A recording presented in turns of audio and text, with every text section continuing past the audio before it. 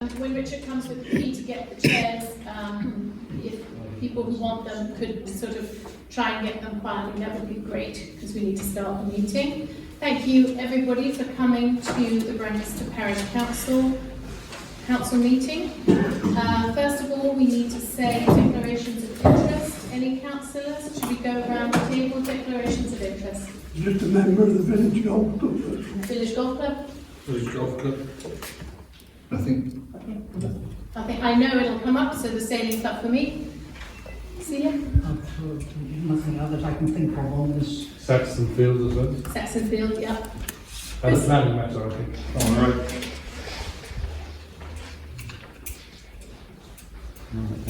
Chris? I said, yeah, I did say, I'm right. You did. Oh, sorry, I didn't hear.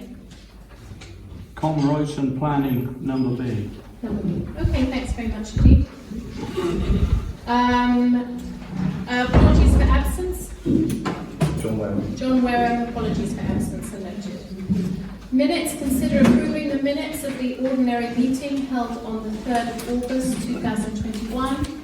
Have we got any comments on that? Yes, Bob Walton. I'll propose it. You'll propose it? I've got problems for Okay, you, start Stephen. proposing anything.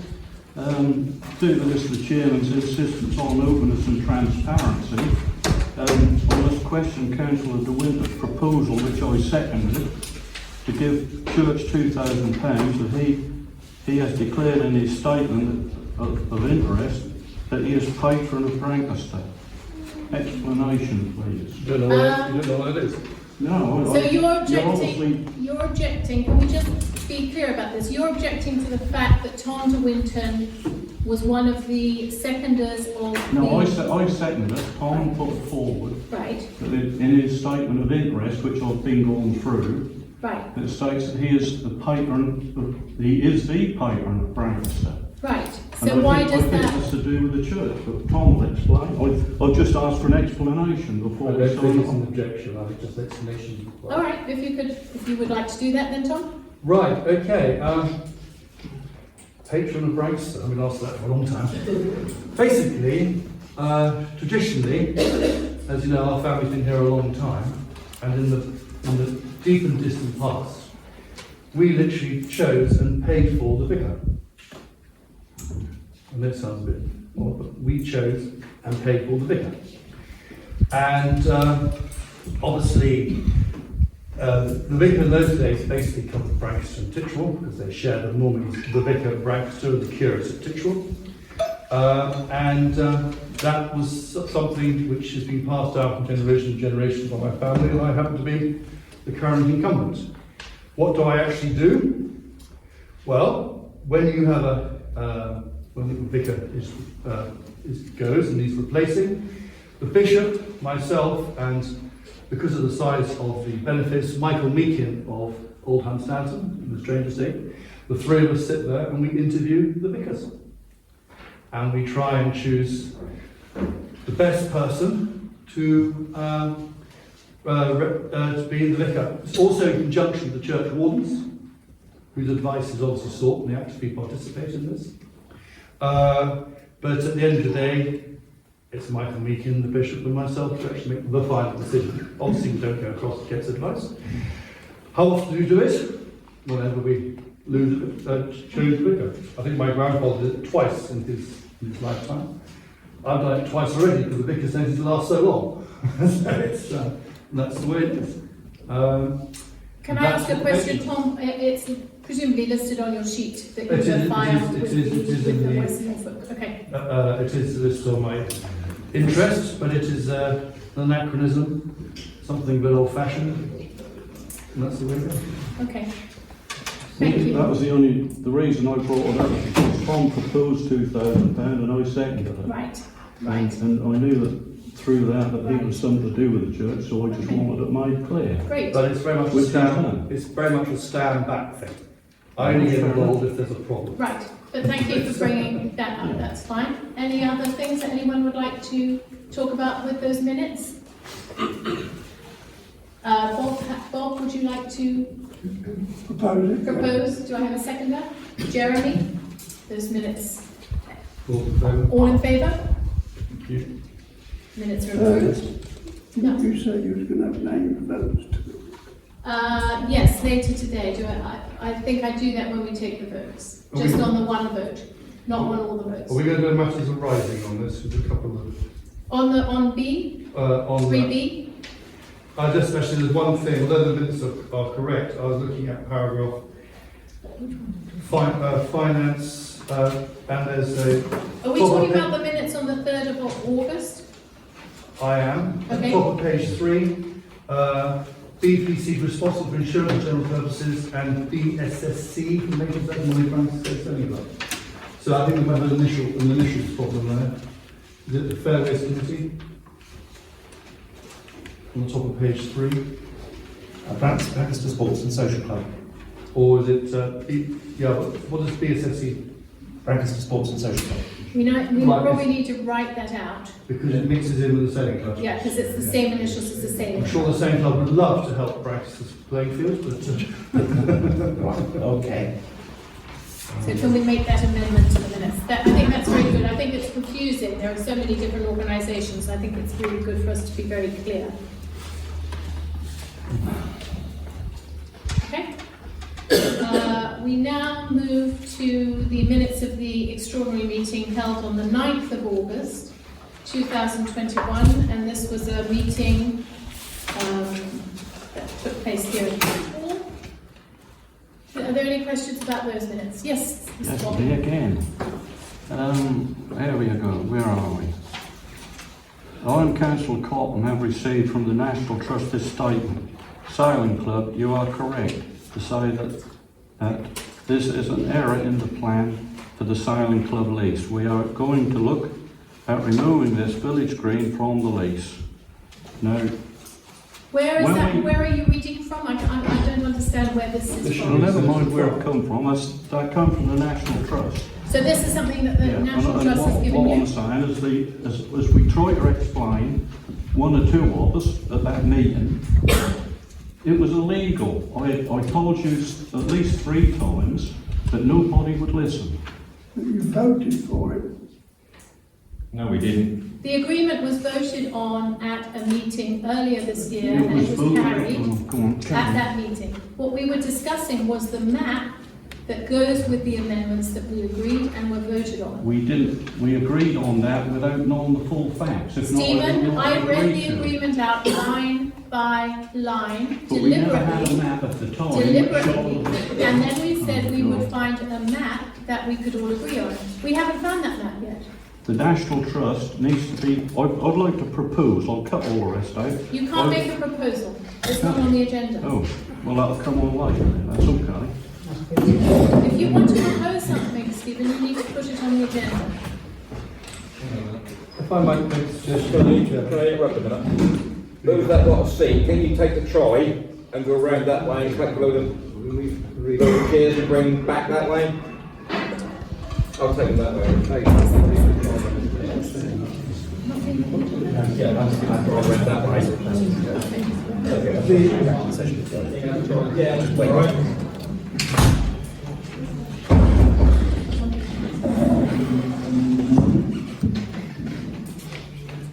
Simon, you need to. You're reading from an email from the National Trust to you, Yes. and with response to that, which said that the yellow bit on that original map shouldn't apply. They have been in touch with me, stating that the whole thing was illegal and that it's going to be removed. Yes. No disrespect to the Sailing Club. There's no use to them. It was no use to us. That was no use to the National Trust. If we'd have left it, which some people wanted to do, push, that would have gone through for another generation to sort matters out. And all I'm trying to do, and one or two others, is to get things on a legal basis. With That's all respect, I'm doing. Stephen, I had actually also been engaged in that. Well, good. Because once I saw it, I Good. thought it was a bit odd, and I addressed it, I think, I'm pleased. in my meeting in Victoria about it. I think the whole thing should be put on hold until. Stephen, the agreement with the National Trust, I read line by line, very carefully at a meeting, and we all voted on it and approved it. What we haven't approved is the map that is attached to that, and that is what we are trying to approve. And we did not approve the map at the last meeting, and it is up for discussion again today. What we're thinking about now are the minutes from the meeting held on the 9th of August. See you. Going back to the original meeting on the Brancaster claim, I agreed to it, subject to the map, it being compatible with the map. Right. But not, I agreed to it,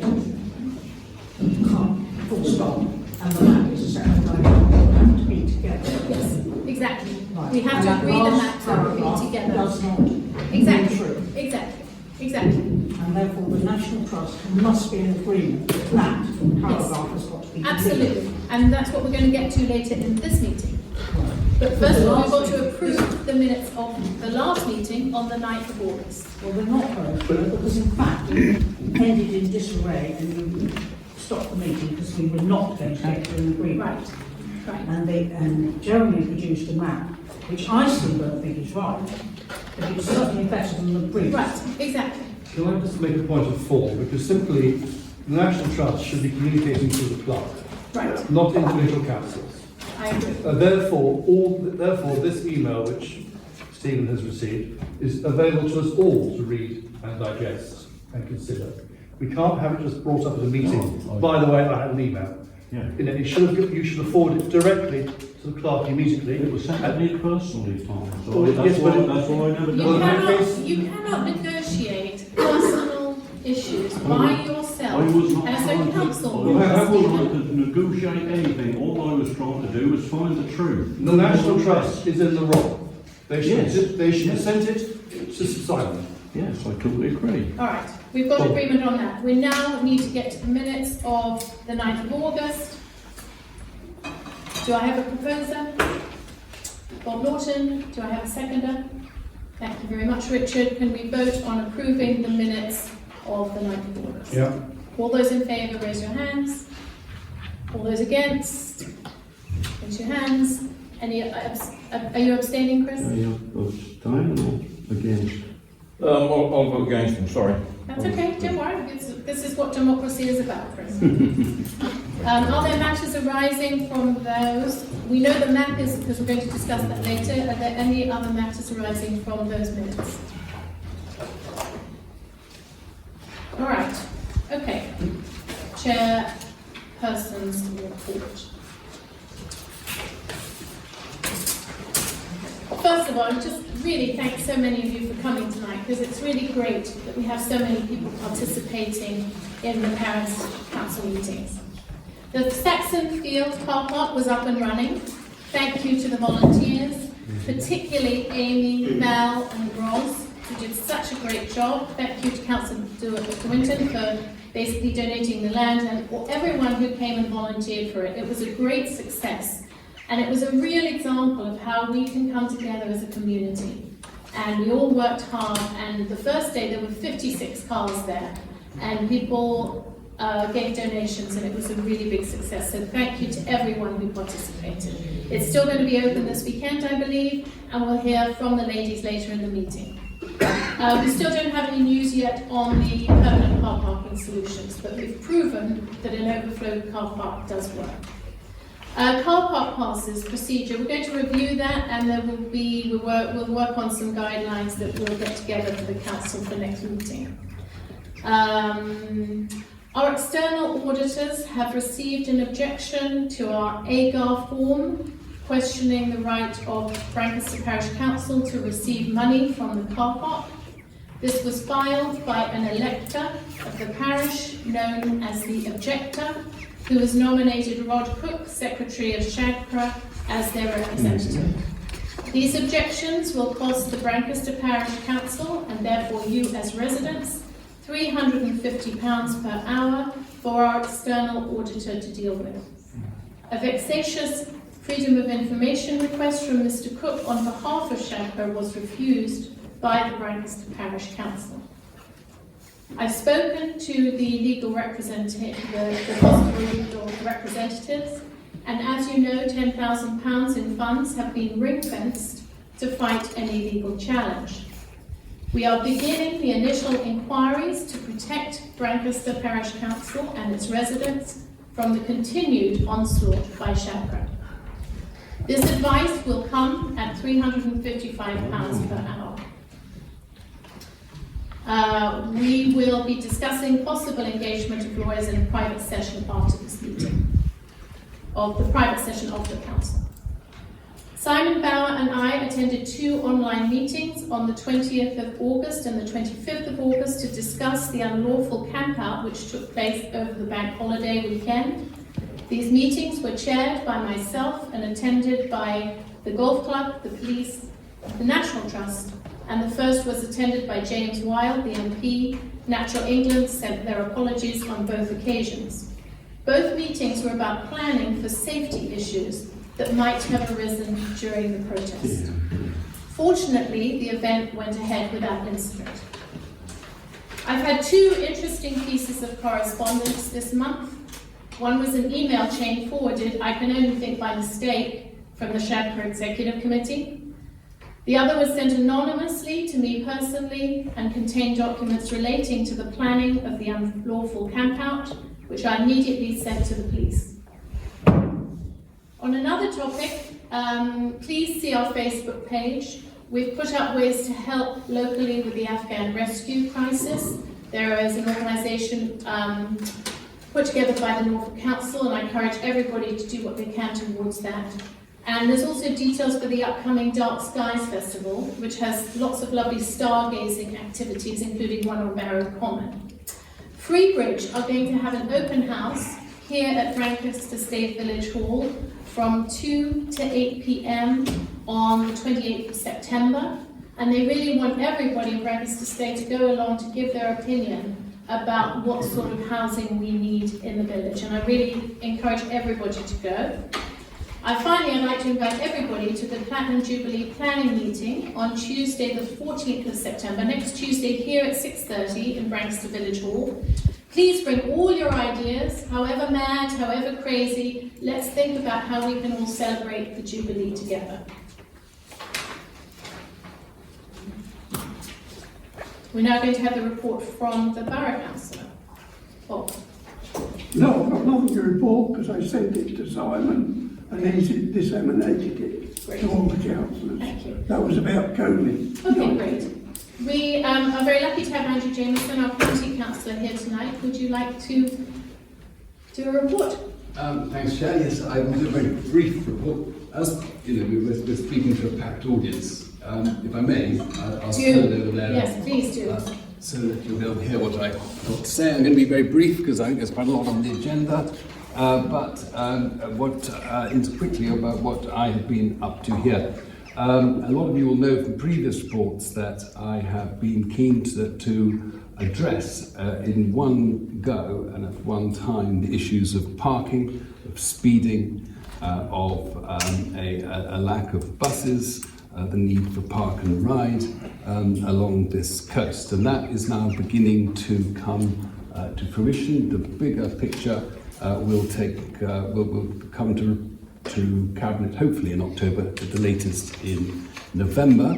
I'm very pleased with the work that 2 parishioners have done here on the Brancaster Road Parking and Safety Group. I think it's an incredibly powerful initiative. The Chair's already mentioned how things are beginning to work in terms of parking. I think we can develop that.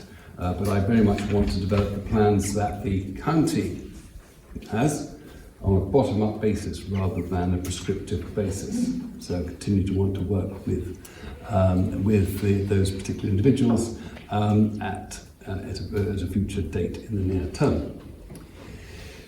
Initially, though, we've moved ahead on one thing that I was very keen to put forward. We put £1 million into a road safety community fund. The purpose of this is a capital fund dedicated to deliver 100 new road safety schemes in and by local communities across Norfolk over the next 4 years. These are small scale. They're £10,000 up to £10,000, and then local highway improvements. They could be speed limit changes, they could be lining changes and things like that, so that we can get cracking on these, because there's a great deal of interest, again, bottom up, that we can do that. So I'd like to bring ideas forward. It is £1 million over the county, but I'm pleased to say that the King's Lynn and West Norfolk are going to be where this starts off. So we will have the first bite of this particular cherry, what we will do is, if you have ideas, come to me, come through me. We will have advisors to help fine-tune those ideas to make them work. So things are already beginning in the smaller way. You've mentioned the Norfolk's response to the Afghan crisis. I think I'm really proud of Norfolk. We are standing up and being counted here. The website the chair referred to is very comprehensive. Gives a list of things that we urgently need: bed frames, new mattresses, curtains and the like, and the things indeed that we don't need. If one feels more confident about donating money, then one does that through the Diocese of Norwich website, where the Bishop of Norwich's Refugee Fund is standing by there. I'd remind you all as well about our 1 million trees for Norfolk project. We've set aside money in the budget for 1 million trees over the next 4 years, and that's parishes, community groups, indeed landowners, residents. They're all taking part in a number of different planting initiatives. You can go on to our website, norfolk.gov.uk /1 million trees for Norfolk, and that will give you an idea of what to do, how to apply, and there's advice there on the end of the phone or online as to what trees would be appropriate. I'm going to pretty much leave it there. Just to say, you've probably heard the moves on a first stage of what we hope will be a sorting out of the adult social care problem with 1.25% increase in national insurance. I'm yet to see what that will mean for Norfolk County Council. I think this will appear to be going via the NHS and then may get to Norfolk County Council. Money sent that way has not in the past found its way to us in adult social care. The initial cost, however, with a £300 million pay book is that 1.25%, that's initial 4 million quid, which represents 1% of the total council tax, the sort of hit that we have to deal with within the council. That's it. Thanks very much, Andrew. Thank you for coming this evening. Can I just make a ask? I attended a Zoom meeting for that million trees on Zoom.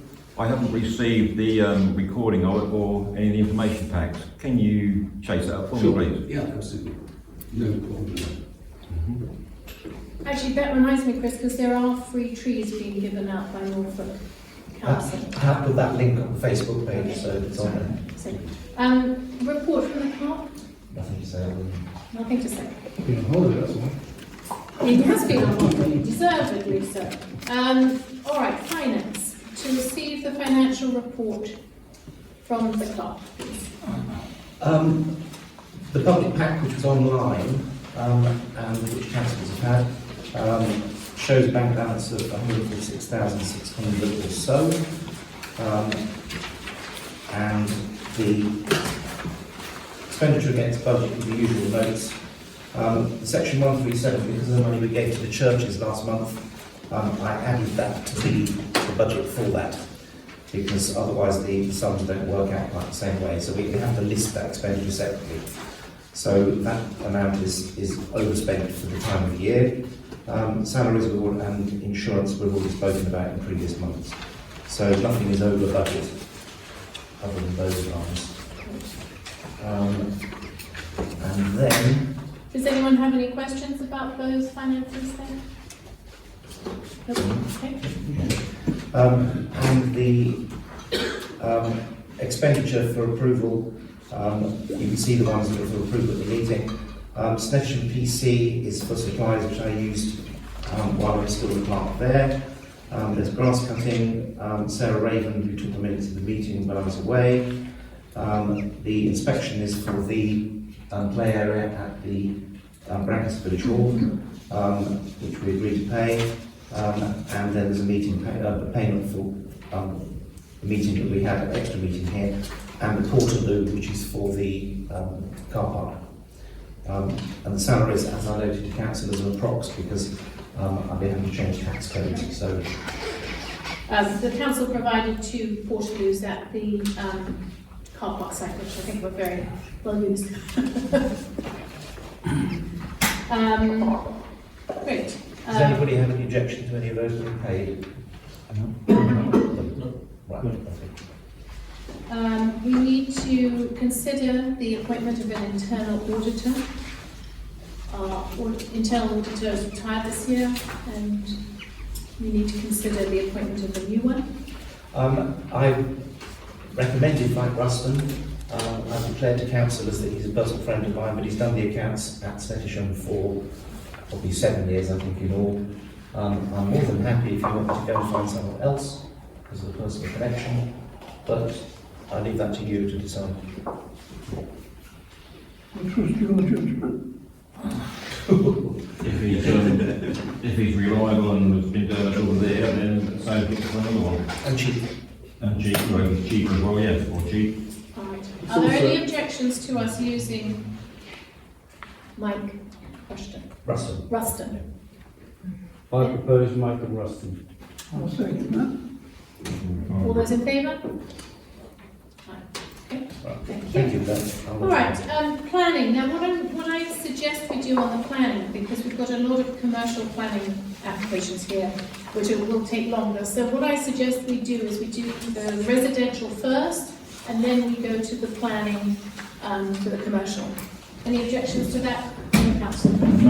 Okay. I'm going to have to disappear. Yes, you are. You're going to have to leave. Item F. Yes, you're going to have to leave the room. So what we'll do is, what we'll consider first is the single-storey rear extension at Skylark, 9 House Farm Cottages in Brancaster. Then we will consider the 2101-607 replace caravan with dwelling on West Lee, 19 Town Lane, Brancaster. Then we will consider the replacement windows on flat 18 at Dormy House. And then after we've done those, we will go to commercial. If you have anything to say about those 3 residential projects, could you please raise your hand now and you'll have 3 minutes to speak. Yes, Steve. Regarding the Westley, Yes. they state in their planning application they've got access of 8 metres. They don't have access of 12 feet, so 3.6 metres. Right. Town Lane is over-intensified already. Norfolk County Highways have said if it was a public road, it wouldn't be approved. The dust, the number of cars using the road now is just absolutely ridiculous. And people are speeding at that. And so the dust that's generated from that is... It's another application which was, I believe, refused last time as a dual one, so it's just trying time. Can I ask a question? Yes. That's a private road, isn't it? It's 2 private roads, actually. 2 private roads. How is it managed by a residents' association, or do you all chip in a bit every year to maintain it? How does it work? It doesn't. All right. Individuals look after their own piece outside. If you have an enormous pothole in the middle of the road, who deals with it? Either Ken, myself, or someone. Oh, I see. It's a burial and some rubble in willing hand rather than organisation. I think that's always been that, as he says, it's individual property owners own out to the middle of the road, all the way up. Only on the east. On the west side, it's owned by an estate of somebody that's probably long deceased now. It's a complicated lane, Tam. Okay, fair enough. I'm sorry I didn't mention it. Yeah.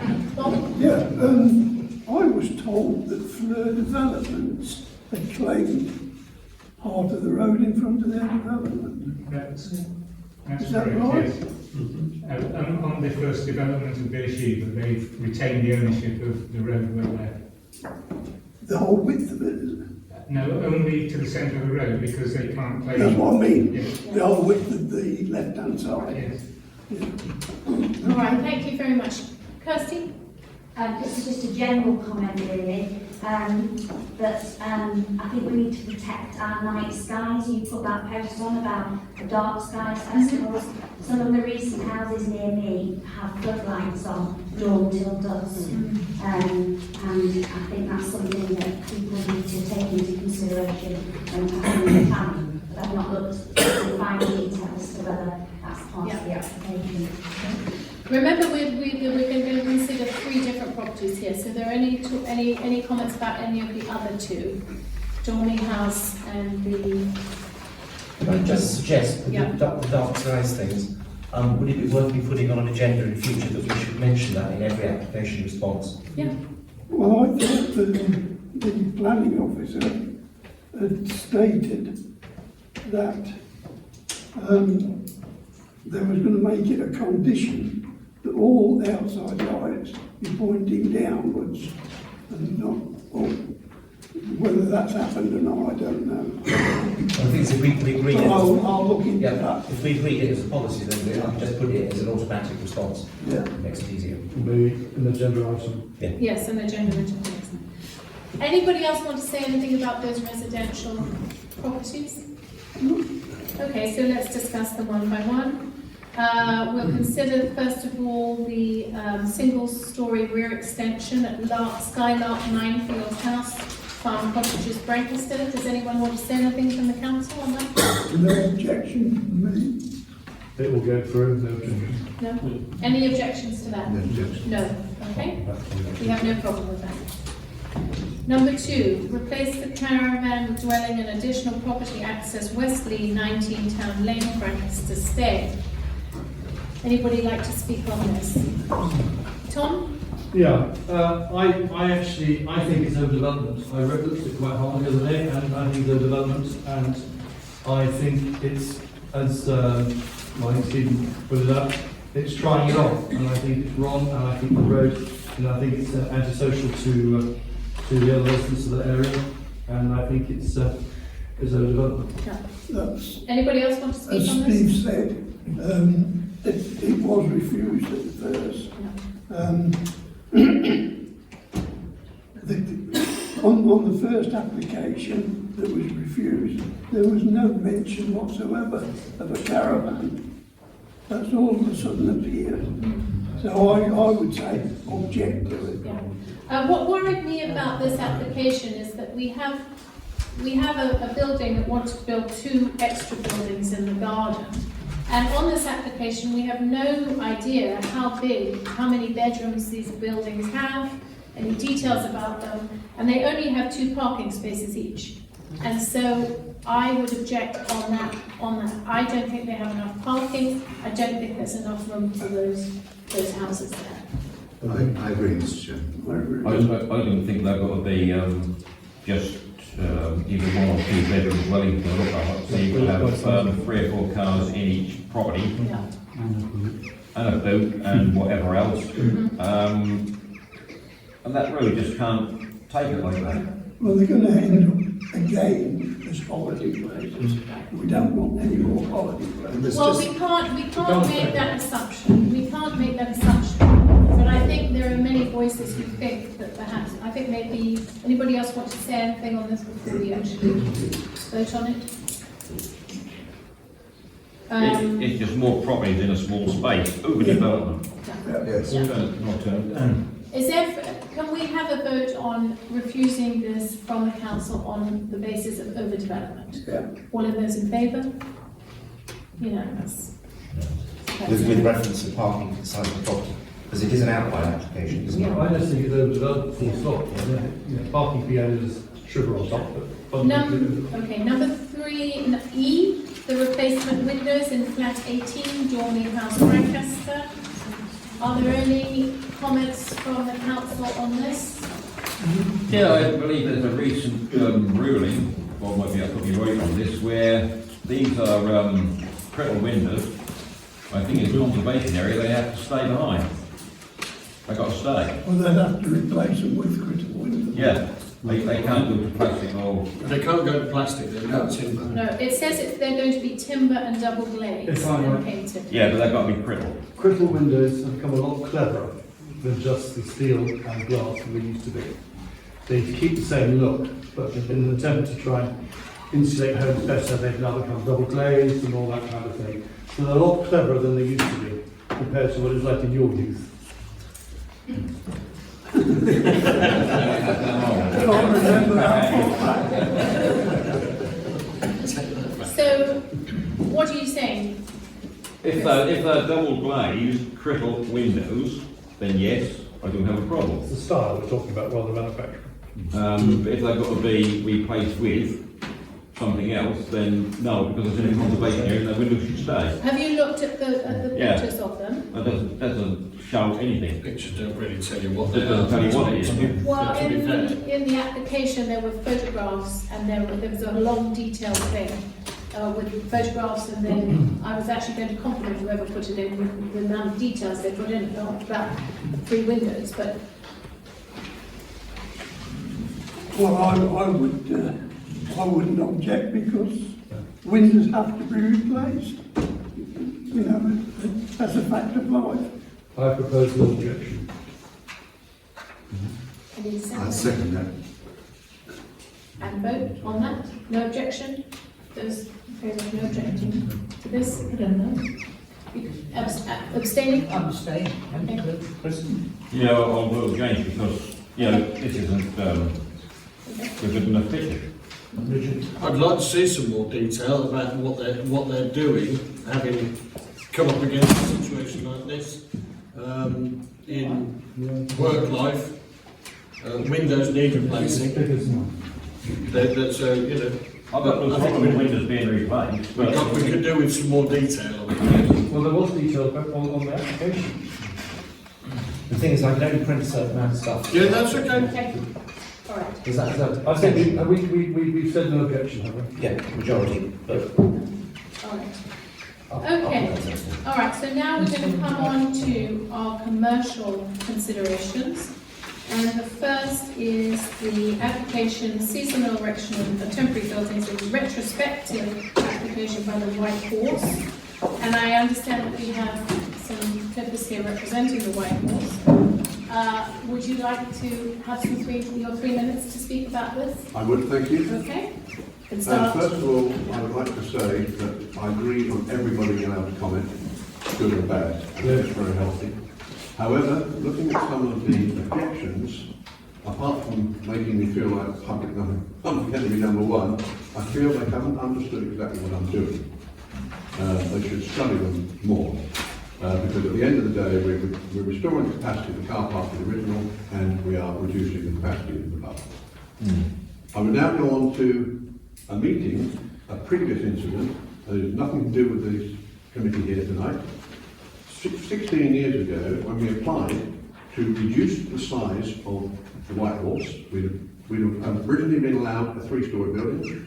We wanted to go 2, we couldn't afford it, therefore we had to apply for permission again. And the chairman opened the meeting, once again public enemy number one. Mr. Cliff Nye has had enough out of this village. I strongly recommend we reject the application. To be pointed out by a councillor that having in fact studied or read the application, and the chairman said, no, I have to use the insurance.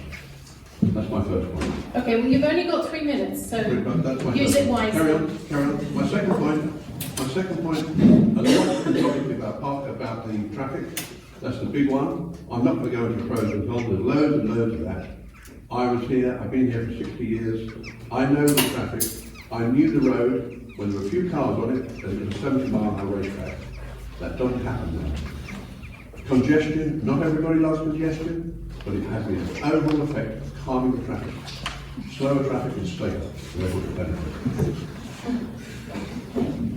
Third point, I would like to talk about the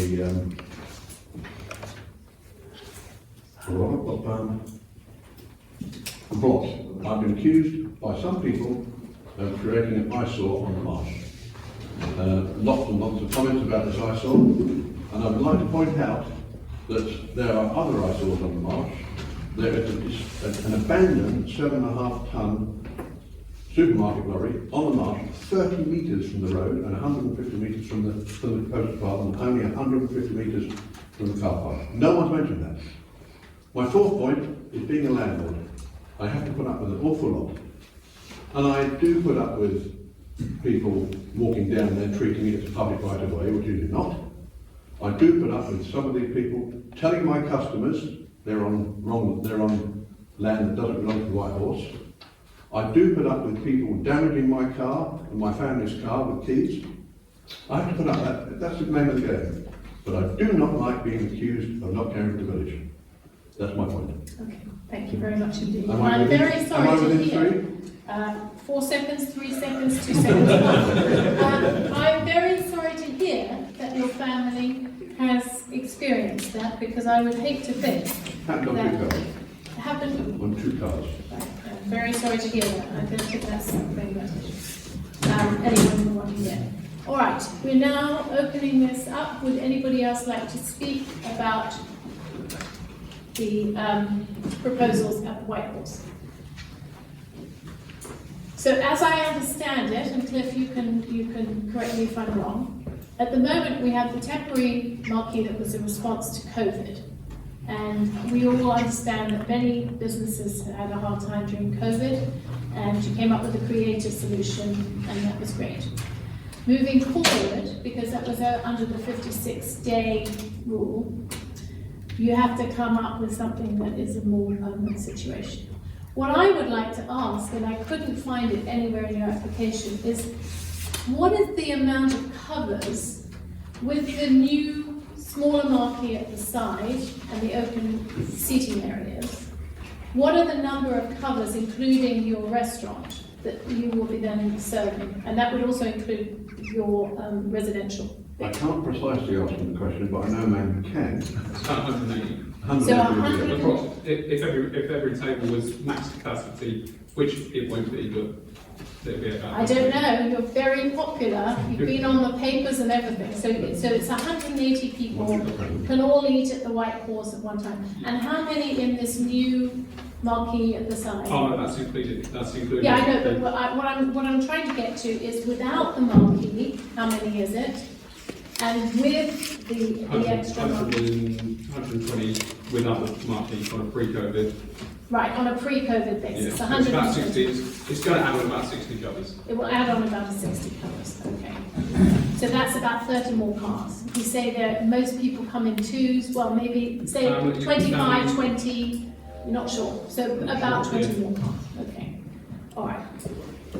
So, as you know, parking is probably the biggest issue we have at the moment in this village. And for me personally, I think in order to approve something like this, there has to be some kind of overflow parking suggestion. Because we all live in a village, we know at lunchtime, by about 12, your car park gets full. And then people are on the road, and I know at the beginning of the summer, we had a meeting, and we were hoping that there was going to be a field open, so that you could then have a sign saying overflow parking up there.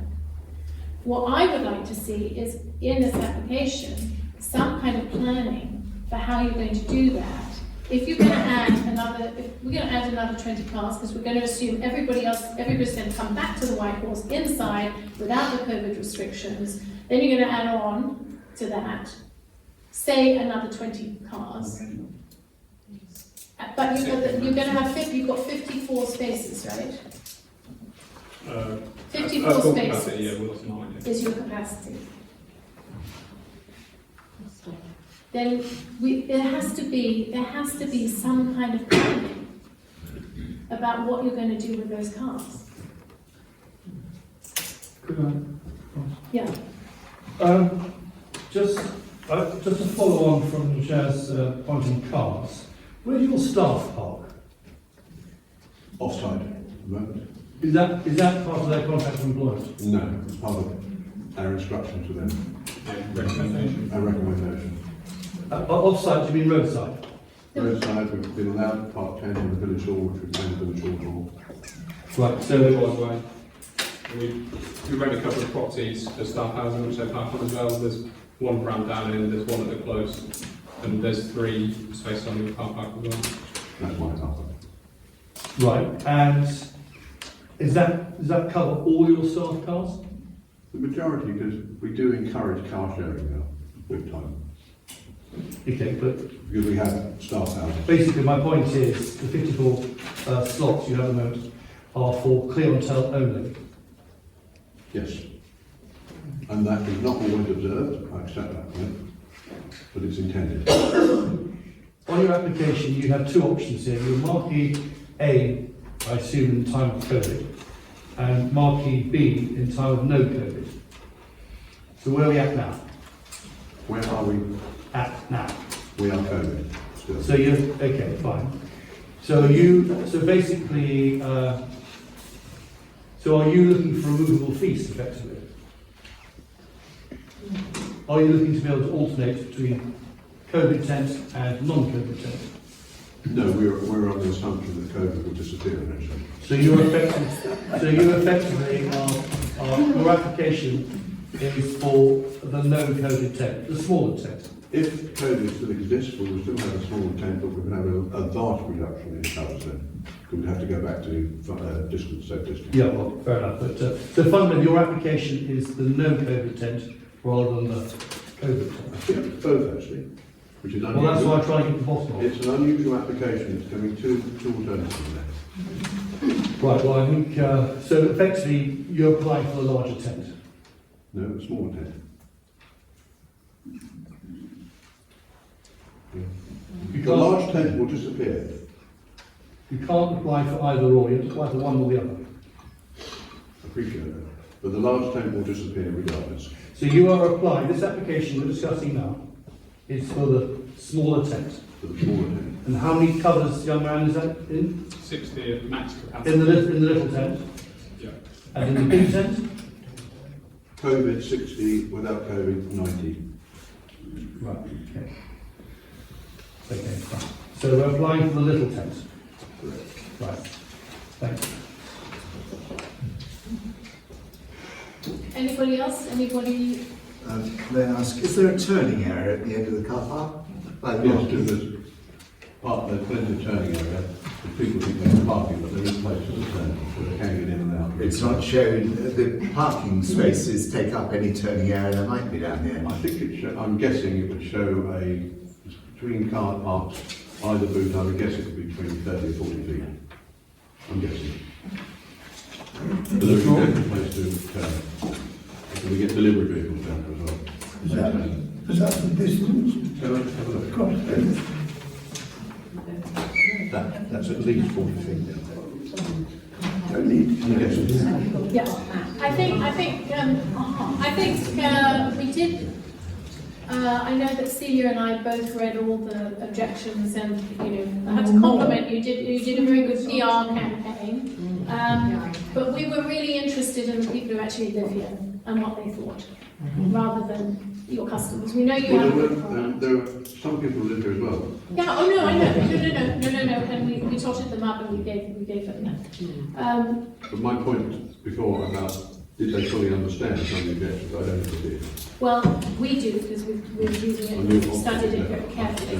So, do you have any response to my concerns about providing off-site parking because of this? Because with 180 covers, 54 spaces is not going to be enough. Well, existing normal business, how many covers without a tent? With the outside and terrace? 120. 120, 130.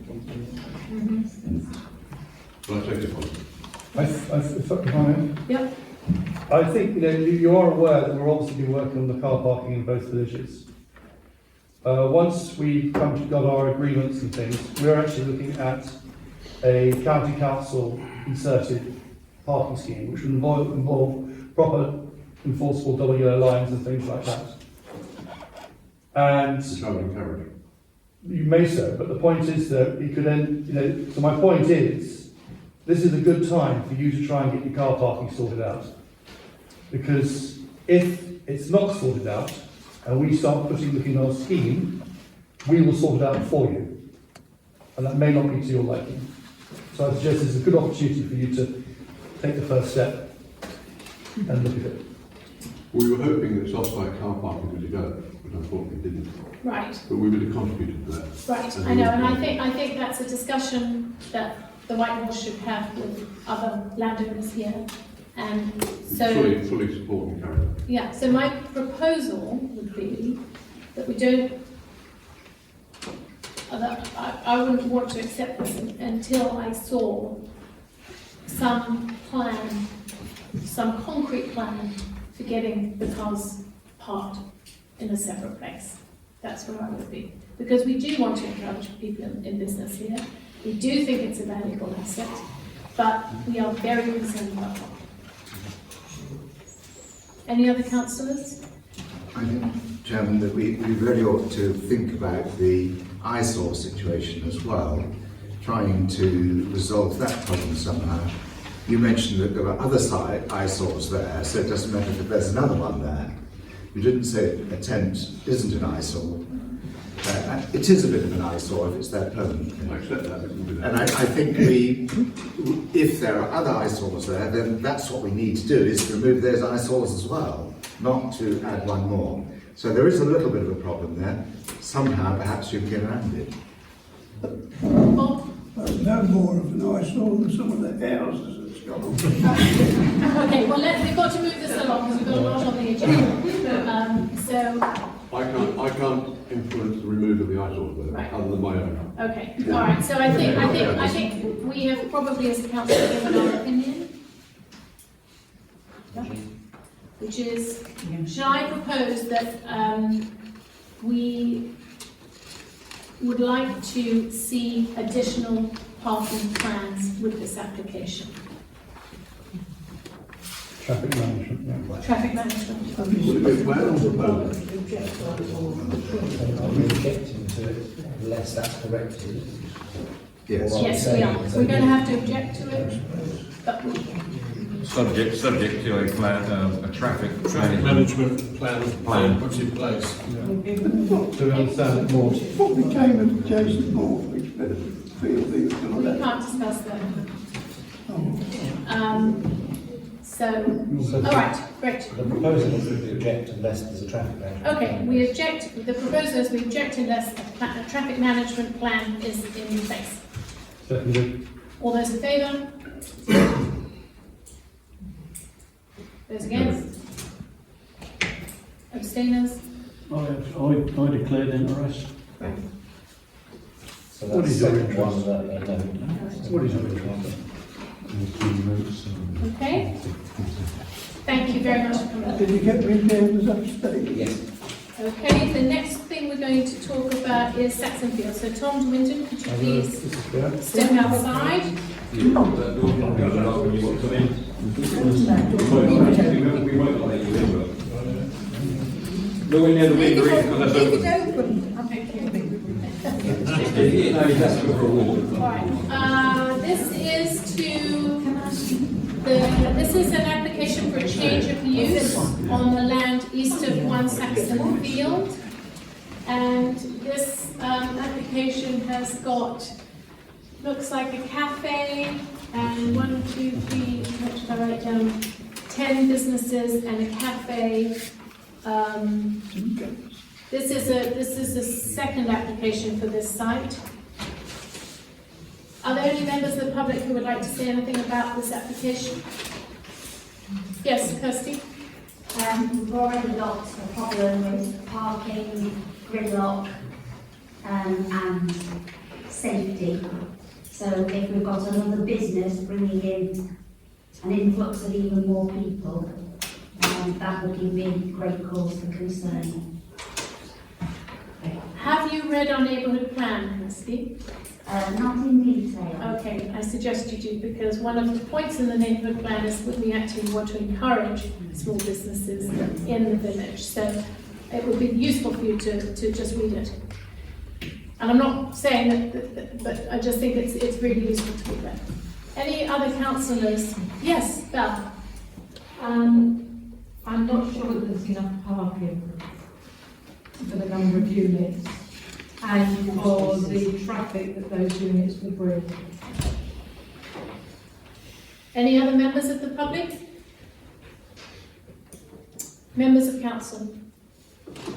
Yes, Chris. Yeah, I've read the whole blurb on this on the website, and as much as I would like possibly small industrial units, if you read the historic England paperwork, this is not got to go through. It's got to go before the Secretary of State, and historic England are saying they've got to tell them not to pass it and all the rest of it. It's like 4 pages on the whole thing, and basically whatever we say, it isn't got to go through, I'm afraid, because it is on a historical site. Yes, I read that too. It's part of the Brancaster archaeological site. Yeah. Yeah. Sorry? Saxonfield Housing is on. No, that's actually separate, isn't it? Because I looked at that. No, that was part of the Roman fort, but because it had mitigating circumstances like dwellings for local people, that was allowed under some real subsection A, subsection whatever it was. But because this is light industrial, they will not allow it to go through. All right, my concern with this is that there are 34 parking spaces for 10 businesses and a cafe. And I agree with that. I don't think there are enough parking spaces. We know if you look at very successful Trove Orchards, for example, that when you build it, they will come. And I think there needs to be more parking. And I think also consideration 1 toilet for 10 businesses and a cafe, I don't think is adequate. So I would object to this. I'd also like to say, I do appreciate that Tom has moved the parking spaces away from the houses at Saxonfield. And, you know, presumably you would want a screen of trees or something there to help the residents in Saxonfield. But I don't feel in this form that I would be able to support this application.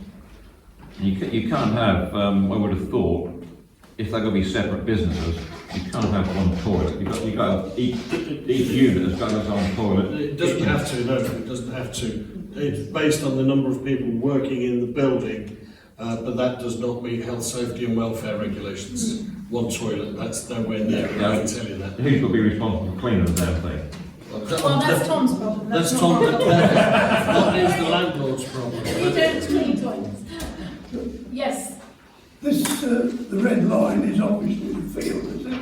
Yeah. It Yes. looks to me like there's space for another 30 odd parking spaces there. Yes, there is. Yeah. Yes. But it's just, this is how it's been laid out and presented to us. So. Well, if they put another 30 in. Yes, Cecilia? When the last plan was presented, the residents of Saxonfield were most concerned about how close the parking was and the building was and everything. I think this is to appease the residents of Saxonfield. No one built out this boundary. Not that boundary, this boundary. Right. Oh, you mean that boundary? Yeah, the red line is the boundary of the whole field. It's not actually, yeah. You mean the south boundary? You mean the south boundary? Yeah. Yeah. Right, being said. Is there anyone on the council who would like to support this objection? To support this Chairman, application? I think too, there's a question on materials. Does anybody know what materials this is made of? It's in a housing area with flints and all that sort of thing. Are they building it in that sort of mode, or is it industrial? They've changed it into brick and flint on the outside, But there's a very, very big roof area. but there's a big roof area. And what is that? Oh, Looks like. Doesn't say. Looks great. Hopefully there's got to be clay tiles. It says easily converted into one mansion. Well, yeah, well, yeah. All right. So, I'm going to propose propose that we object to this on the grounds of parking and health and safety.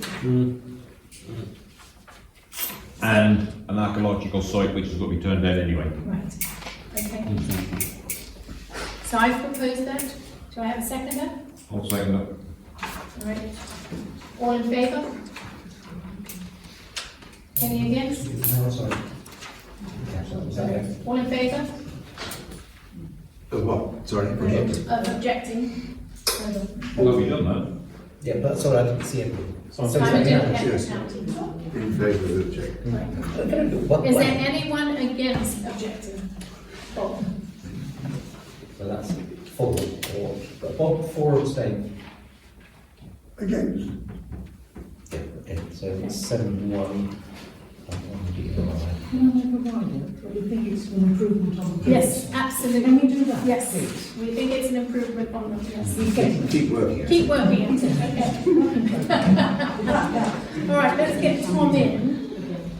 Could you give him a senior? Thank you. Then the next one, everybody is putting in applications this month, is a late application for ship. The next application is a reapplication from the ship.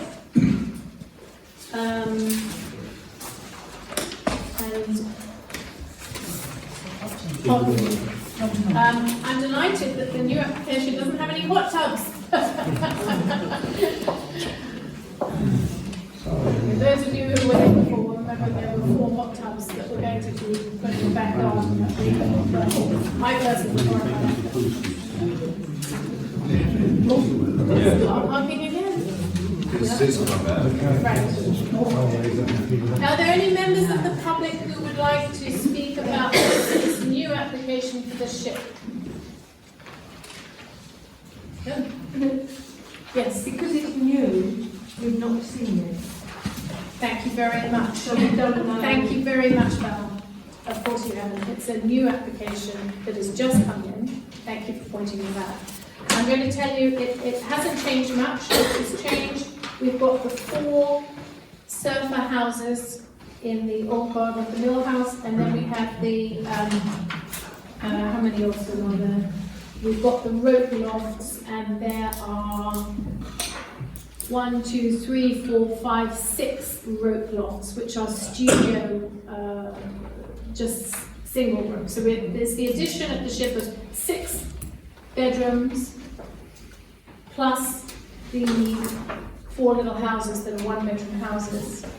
And so it's an addition of 10 rooms to the ship.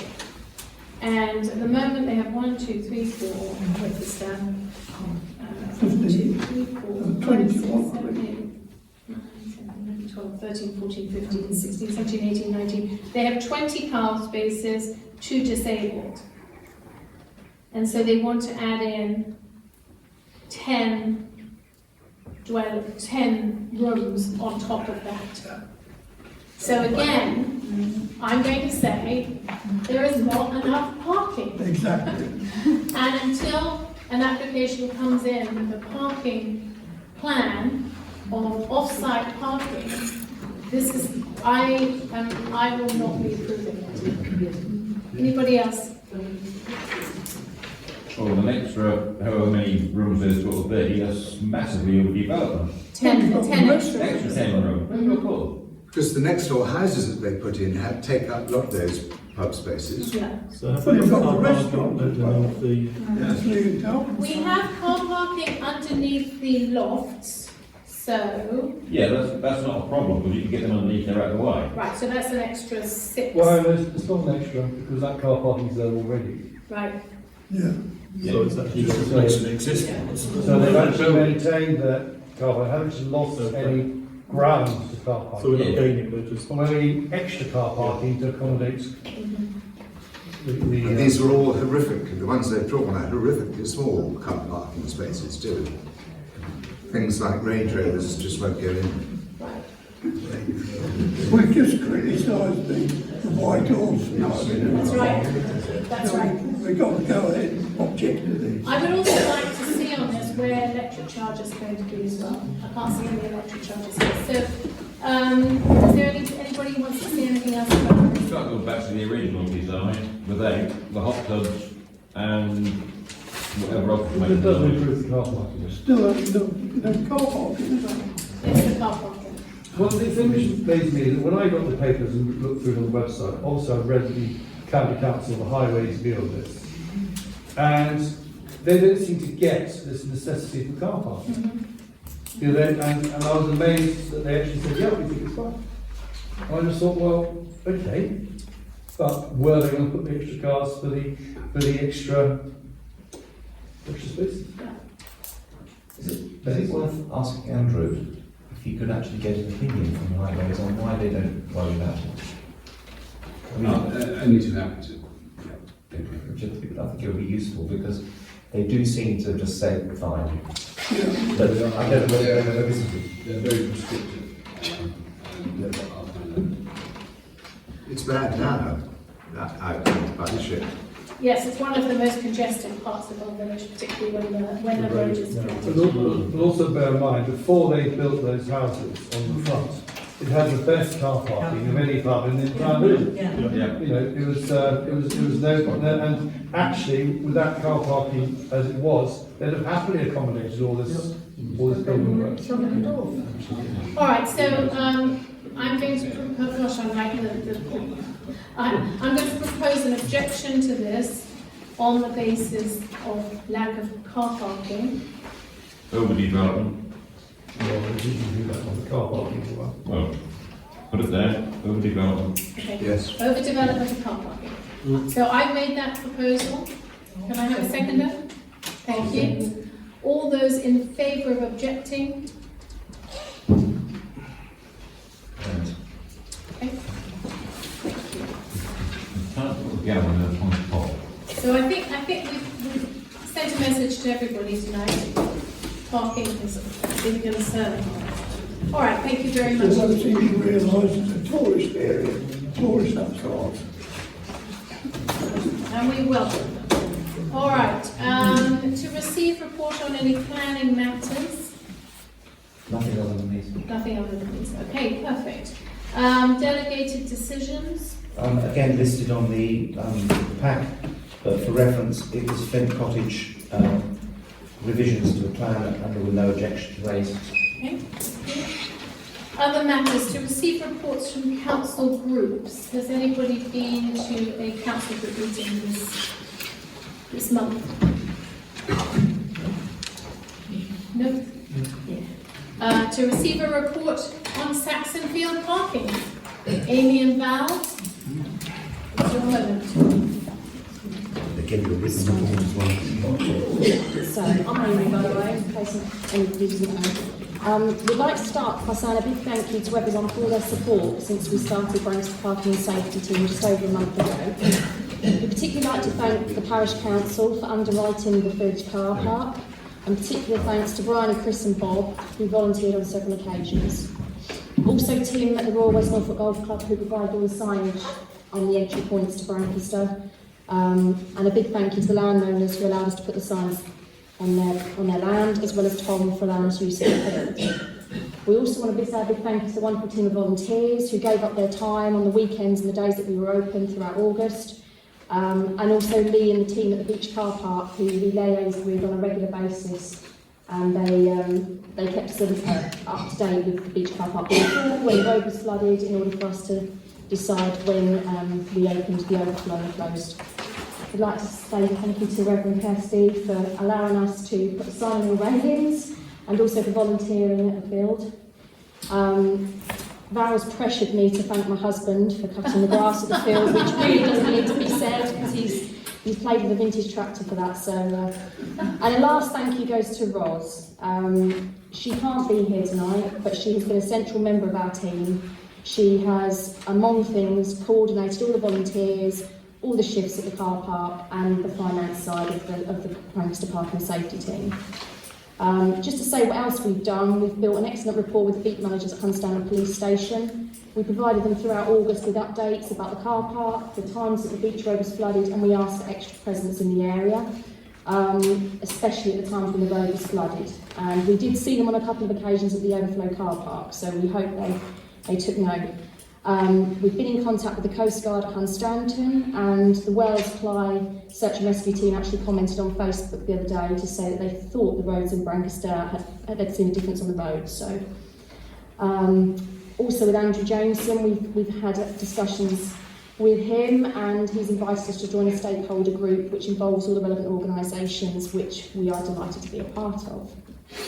We've spoken to Highways on several occasions and met them at the field, and we've also been in contact with the bus company, who's provided us with updates when they struggled to get through.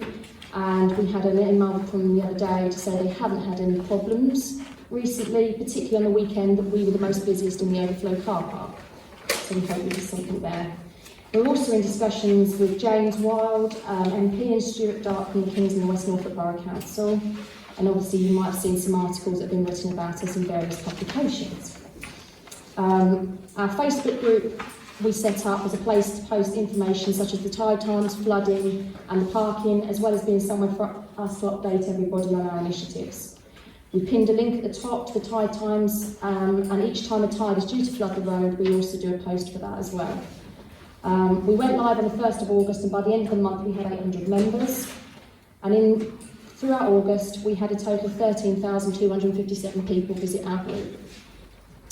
We asked if anybody wants to comment or post for the first time, what brings you to Brancaster? A lot of the replies have been holiday, which for us demonstrates our group is reaching not just local residents, but people further afield. Some of our posts in particular reached a substantial amount of people, both who are members and non-members. The one that was put out for the bank holiday weekend reached over 20.6 thousand people. The Brancaster Beach Road flooding, where I went for an evening walk, reached over 18.6 thousand people, and the access to Brancaster Beach with a photo looking down Mill Hill explaining why you're in a queue reached over 17.8 thousand. So it's showing that our group is getting out there, and we are hoping to make a difference in our vows to save birds.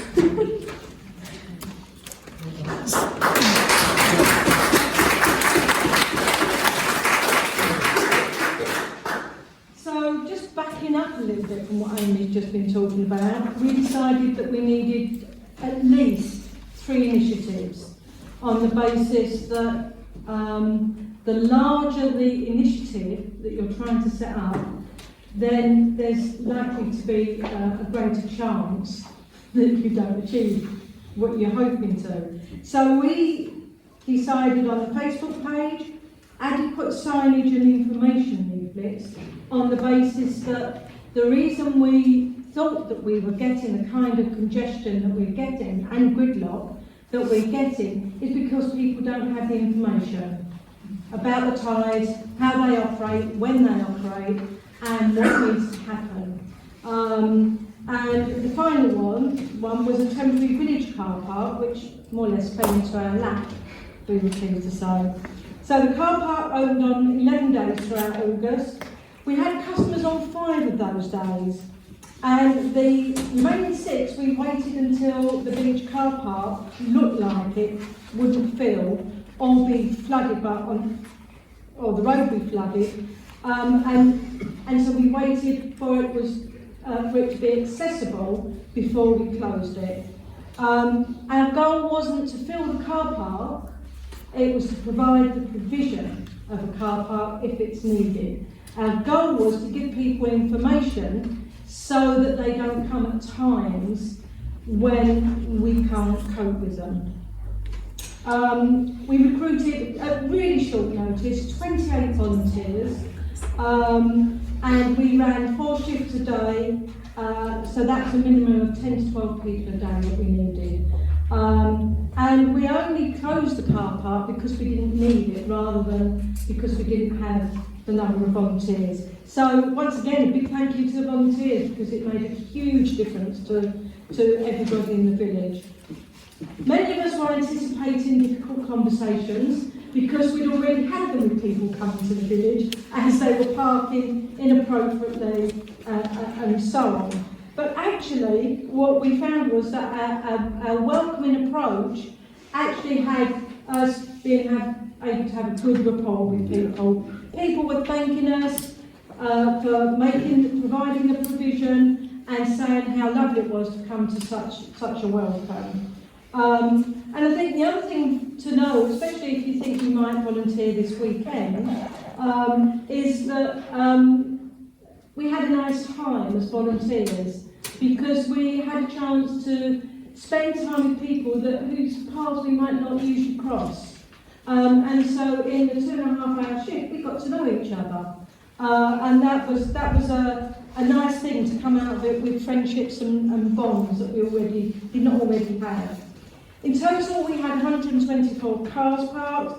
People were mainly wanting to walk to the beach, but some used it as a base to walk the coastal path, to walk into Staithe or into Brancaster village, and just to do the walk, shop, and have a meal, and get the bus back. Which was a great piece of advertising for people using buses. In addition to those that parked, there were some that we provided a stopgap for. If they were half an hour or an hour away from the road being cleared or the beach car park opening, we gave them that information and said, but you can hang out here if you want for that time and then you'll be able to get them down at the beach. And that worked for them too. We asked for donations. We collected £268, and the final thing is we are open again this weekend. High tides are expected at the most busy time of the day, and when I last looked, there was still a decent weather forecast for the weekend, but we don't have enough volunteers. A lot of our volunteers have gone on holiday because they delayed their plans to be able to work as volunteers. So we're now facing a shortage of people. If you feel you can offer, that would be great. Please either contact us through our Facebook group, which is, what is it? It's Brancaster Parking Safety Team. Brancaster Parking Safety Team, or through our email address, which is brancasterparkingactiongroup@gmail.com. Great.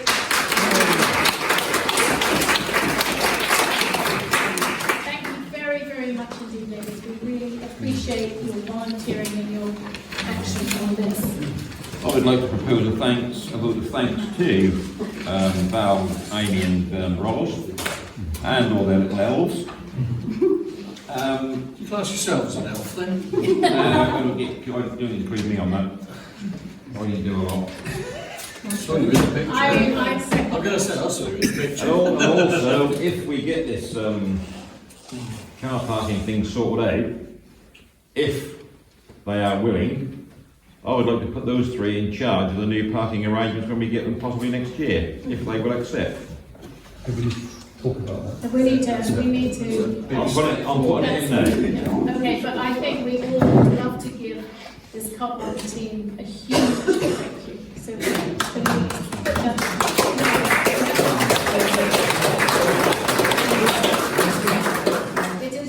As you were all clapping, I'll take it if you know. Yeah. Okay. Receive a report on possible parking plans. That is still in the works. I'm hoping to bring you something at our next meeting. The next item, 8D, consider approving the map for the agreement with the National Trust and subsequent wording changes, which is what we were talking about earlier in the evening. So the map, I hope every councillor has the map in front of them now. It's the map of the village greens, and this is a map that we need, that we are proposing goes with the agreement with the National Trust. And it is only this map that is allowed to be with that agreement. There's no other map to be considered, only this map with that agreement, as part of that agreement. I would also like to point out that this map is a definitive map from County Hall. No other map is actually legal, regardless of what people might say. This is just a bigger version of what you got, Right, okay. which you all had. So last time. for the public, it shows, if you looked on the website, it shows the village greens that are around the hard down here. So the roads are not part of the village green? Yes, they are. They are. They are. But they've been fenced away from it? Only the surface. It's one of those silly anomalies. If you go back far enough, the main road going down to the Hard, if you like, was a track. Sometime in the early 1900s, I should imagine that was tarmacked over, and it's been like that ever since. But there is an actual ruling whereby a village green, or a road going over a village green can be a village green. I thought so, yes. Yeah. So you But are it's not correct. mapped as such on this map? No, it's not on there as such, but to save an argument, the whole lot is village green.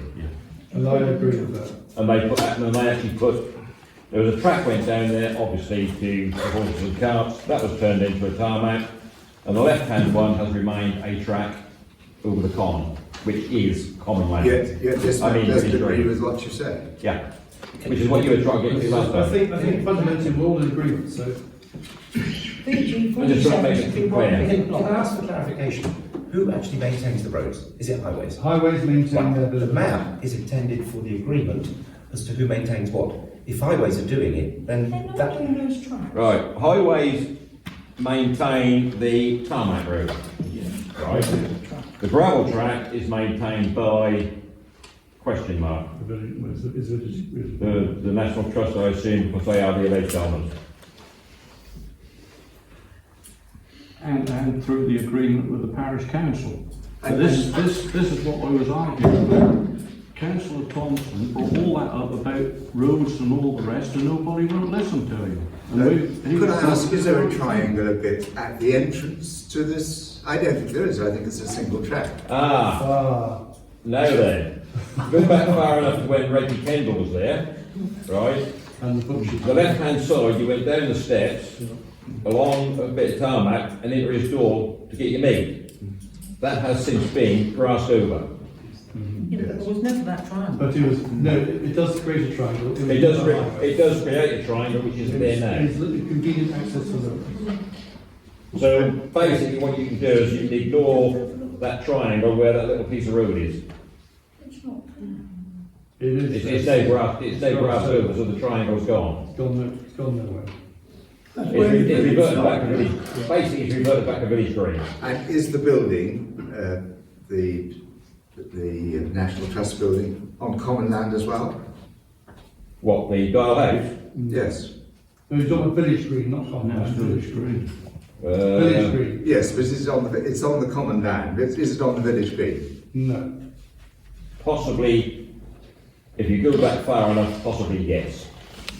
Well, it's not on the village green on this. Well, we haven't got to argue about that. We are talking about the present bits. Okay. So with this map, the wording needs to be changed in the agreement with the National Trust. And it needs to be changed from this agreement covers the area in red and gaps next to the red other than highways, etc., but does not include the yellow strip on the east side, which is leased to the sailing club. We need to get rid of that. Get rid of all that. And we need to put in, this agreement covers village greens 47 and 63 as outlined on the attached map. It makes no comment about who owns or anything like that. It's simply who is actually maintaining it for the purposes of the agreement. Yeah, for the purpose of the agreement, highways maintain the tarmac road, and the gravel track is maintained by Parish Council, National Trust, whatever. You need to add VG 65 in there too. Yeah, I was just looking at that, VG 65 needs to add. Is that not 60? That's a bad 3. Or is that a bad 3? It's a very bad 3. Or it's a bad I wouldn't bet on that. That is 63. No, there are only two village greens down there, which is 47 and 63. All right. Okay. And it's this map is contiguous. All right. So I'm going to propose. Before you propose anything, Lady Chair, this business of this, let me just get something straight to the members of the parish here. This piece on the east side, which was allegedly leased out to the Sailing Club, was totally illegal. Why it was, well, that's no good going back in history, but the fact of it was, the parish council had been cutting it for decades, the Sailing Club couldn't use it, and the whole thing was a complete mess. All we've been trying to do is to get things onto a legal footing. Right. And now, from what I've been told from the National Trust, they're now going to sort that out for the benefit of the parish and the Sailing Club and the parishioners.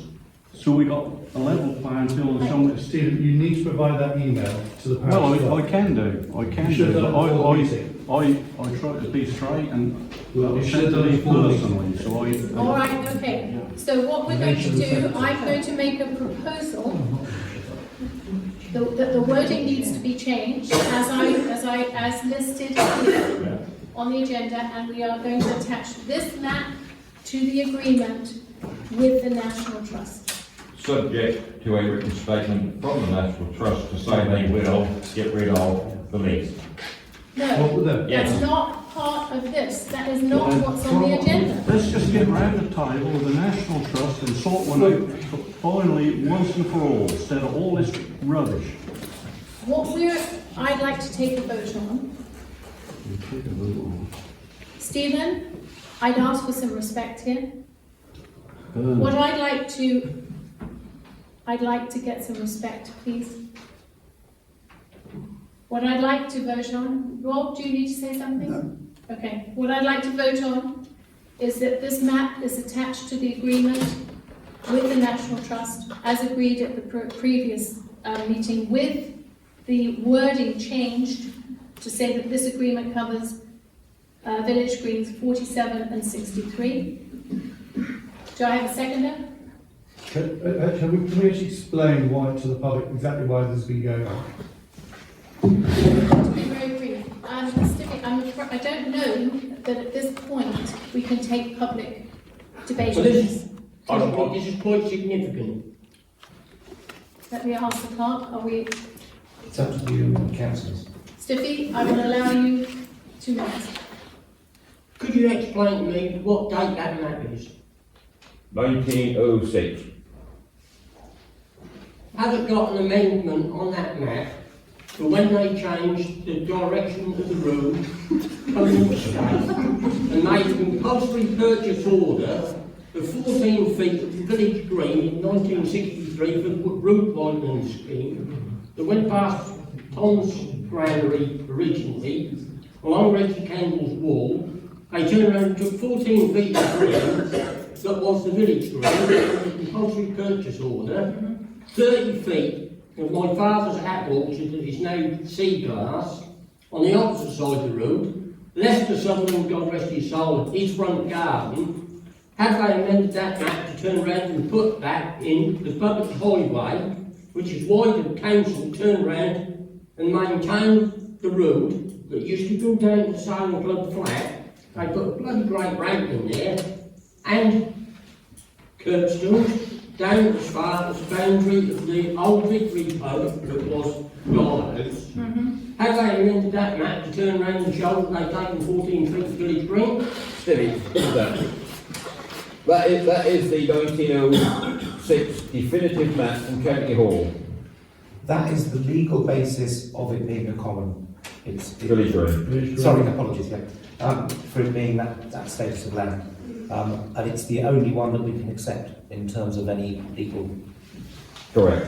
I think members of the public, what's happened is that the previous agreement we had with the National Trust, which was done in 19-something, okay, basically need updating. So it was simply the National Trust and the Parish Council together have always managed the village green, effectively. And we had to update it because it was a muddle, out of date, and various things like that. And this is what we're going through now. We've made a lot of progress, we're just tying up the loose ends of this map. which is a definitive map from Well, from county. what I can see, that front green triangle, which is village green 47, half of that's been taken into the public highway now. I would like to point that out to the meeting. So you're actually fighting over a village green that's actually under about 4 foot of tarmac. Well, we can only go by what that is. What? Unless that's got accurate measurements on it, Which none of these which definitive none of maps these ever have. do. You're actually contesting whether you actually own a piece of green that's actually there anymore. The width of the line on these No, things is this hasn't almost 10 come in. metres. We need to Yeah, vote. so you actually turn around and contest with something you haven't actually got. Thank you very We much. need to vote. With all due respect. Yeah, no, we need to, thank you very much. And we appreciate, yes. Could we vote to accept this map now and ask the county council to update their definitive maps? They can. That is a definitive map in law. Yes, well, they need to update it to what it is now. It's no good having a definitive map that is 100 years old, which doesn't represent the definitive area. Can I define to Andrew to investigate? Yeah. Because my view is that they won't do anything.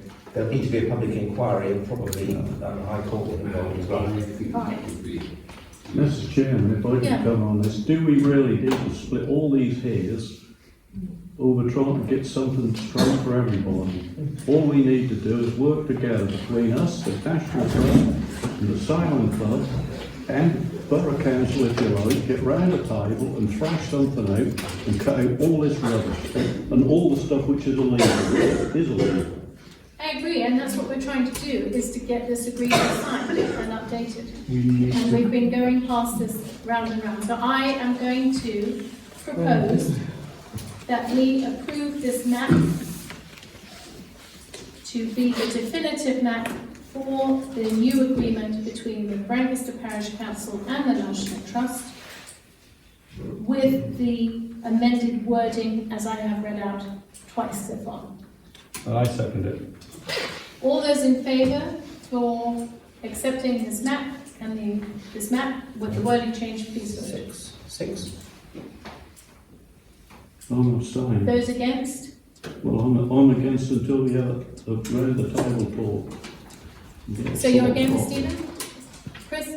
I'm against because I want to see the paperwork from the National Trust and then I will agree to it. Okay. And Sia?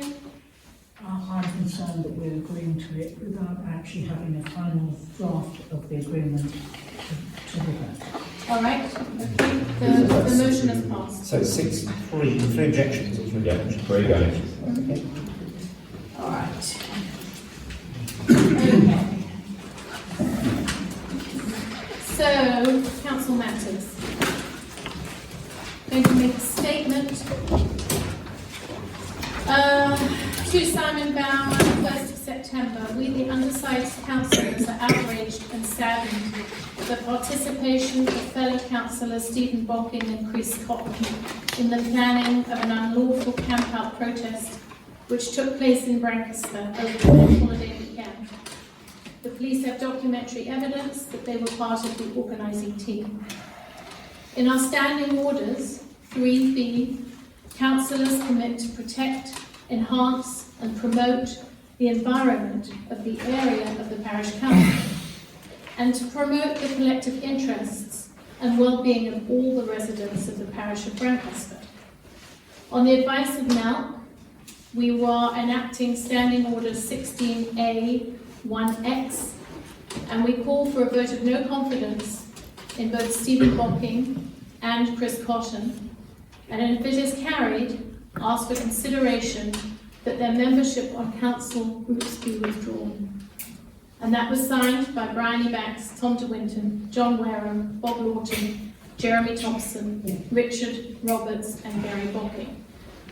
I'd like to also say that there was an email received from John Wareham, but we know his support for this. Chris and Stephen, it gives me absolutely no pleasure at all to do this. Well, you're the one who's doing it, you're the one who started it. So I would like to give you both 3 minutes. I will, and I was going to cut a lot of this out. I'll read the whole thing now, since, yeah. When they've both spoken, can I Yes, you may. When this came about, I started putting together evidence in my defence, right? But then I thought, in defence of what? It's a civil matter. What part of this doesn't our chairperson understand? When we first attended a parish council together, she said to me, Stephen, you must look at me like Switzerland, neutral. Neutral Switzerland sent 30,000 Jews back from the borders to die in concentration camps. And now we have this quiet, neutral person trying to get two councillors off the parish council for what? Standing up for the freehold property rights, or just standing up to the golf club for a fair deal for the common right holders and the parish's historical long-standing claim to the ownership of Marsh Common. All the Royal West Norfolk needs to do is to produce the deeds, but instead ordinary people receive solicitors' letters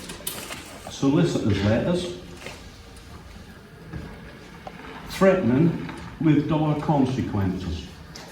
Now to this demonstration. This group, the Land is Ours, came here to support common right holders' claims.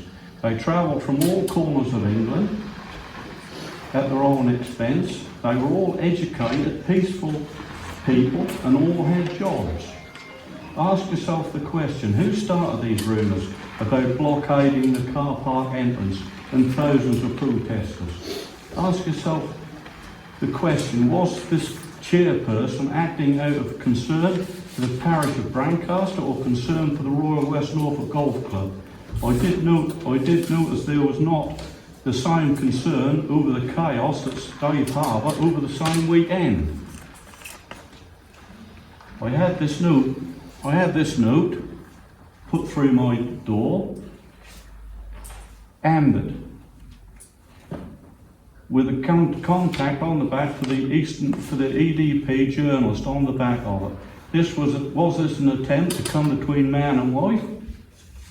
Remember, Brancaster Commons Committee is virtually bankrupt, and yet thousands of pounds are taken off these commons every year for what? Certainly not for commons management. This small local problem seems to encapsulate the world's problems, which is fueled by man's greed and drinks parties. And that's my statement. Thank you very much, Stephen. Yeah, thank you. Chris, would you like to make your statement, please? I agree with what Stephen said. Plus, as the parish council gave up all claims to ownership in the past, the PC had no involvement in this protest. It's a civil matter and nothing to do with the parish at all. There was no email to say there was going to be a Zoom meeting, so on whose authority did the PC get to hold a Zoom meeting?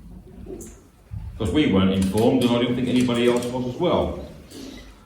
Speaking to Paula Gilhooly, she is the police liaison person for protests and all the rest of it. I asked her about the Zoom meeting, and contrary to popular belief, the police did not organise a Zoom meeting because under their law they cannot use their computers for Zoom meetings. So Paula said she had to go out and find a non-police computer to hook into the Zoom meeting that was being organised. So therefore the parish council set up the Zoom meeting, contrary to popular belief, which said Simon Barr and Bryony Baxter attended the meeting have safety concerns in the parish caused by illegal camping. I suggest they both get down there every night between now and February the 20th, because there will be wildflowers down there jamming around the marsh at night time. Where's this, whose email? Sorry, just let him finish. It was hosted on the police team's meeting and attended by representatives. It wasn't hosted on the police team because they're not allowed to. They cannot use PC computers for Zoom meetings like parish council and all the rest of it. The 4 individuals who are organised this protest have been identified, and documentary evidence of this is in the possession of the police. Unfortunately, 2 of these individuals are parish councillors. I would like to see the evidence of where there is documentary evidence that we helped organise it, because we didn't. The police confirmed we didn't. Tony Gosling confirmed we didn't. So who is right? Who is Tony Gosling? He organised, he's the part of the TLIA. According to where is it? Last week I rang Paula Hooley, and I got an email from her to say, "It was lovely to chat with you, and as promised, this email will afford my contact with mobile blah, blah, blah, blah, blah.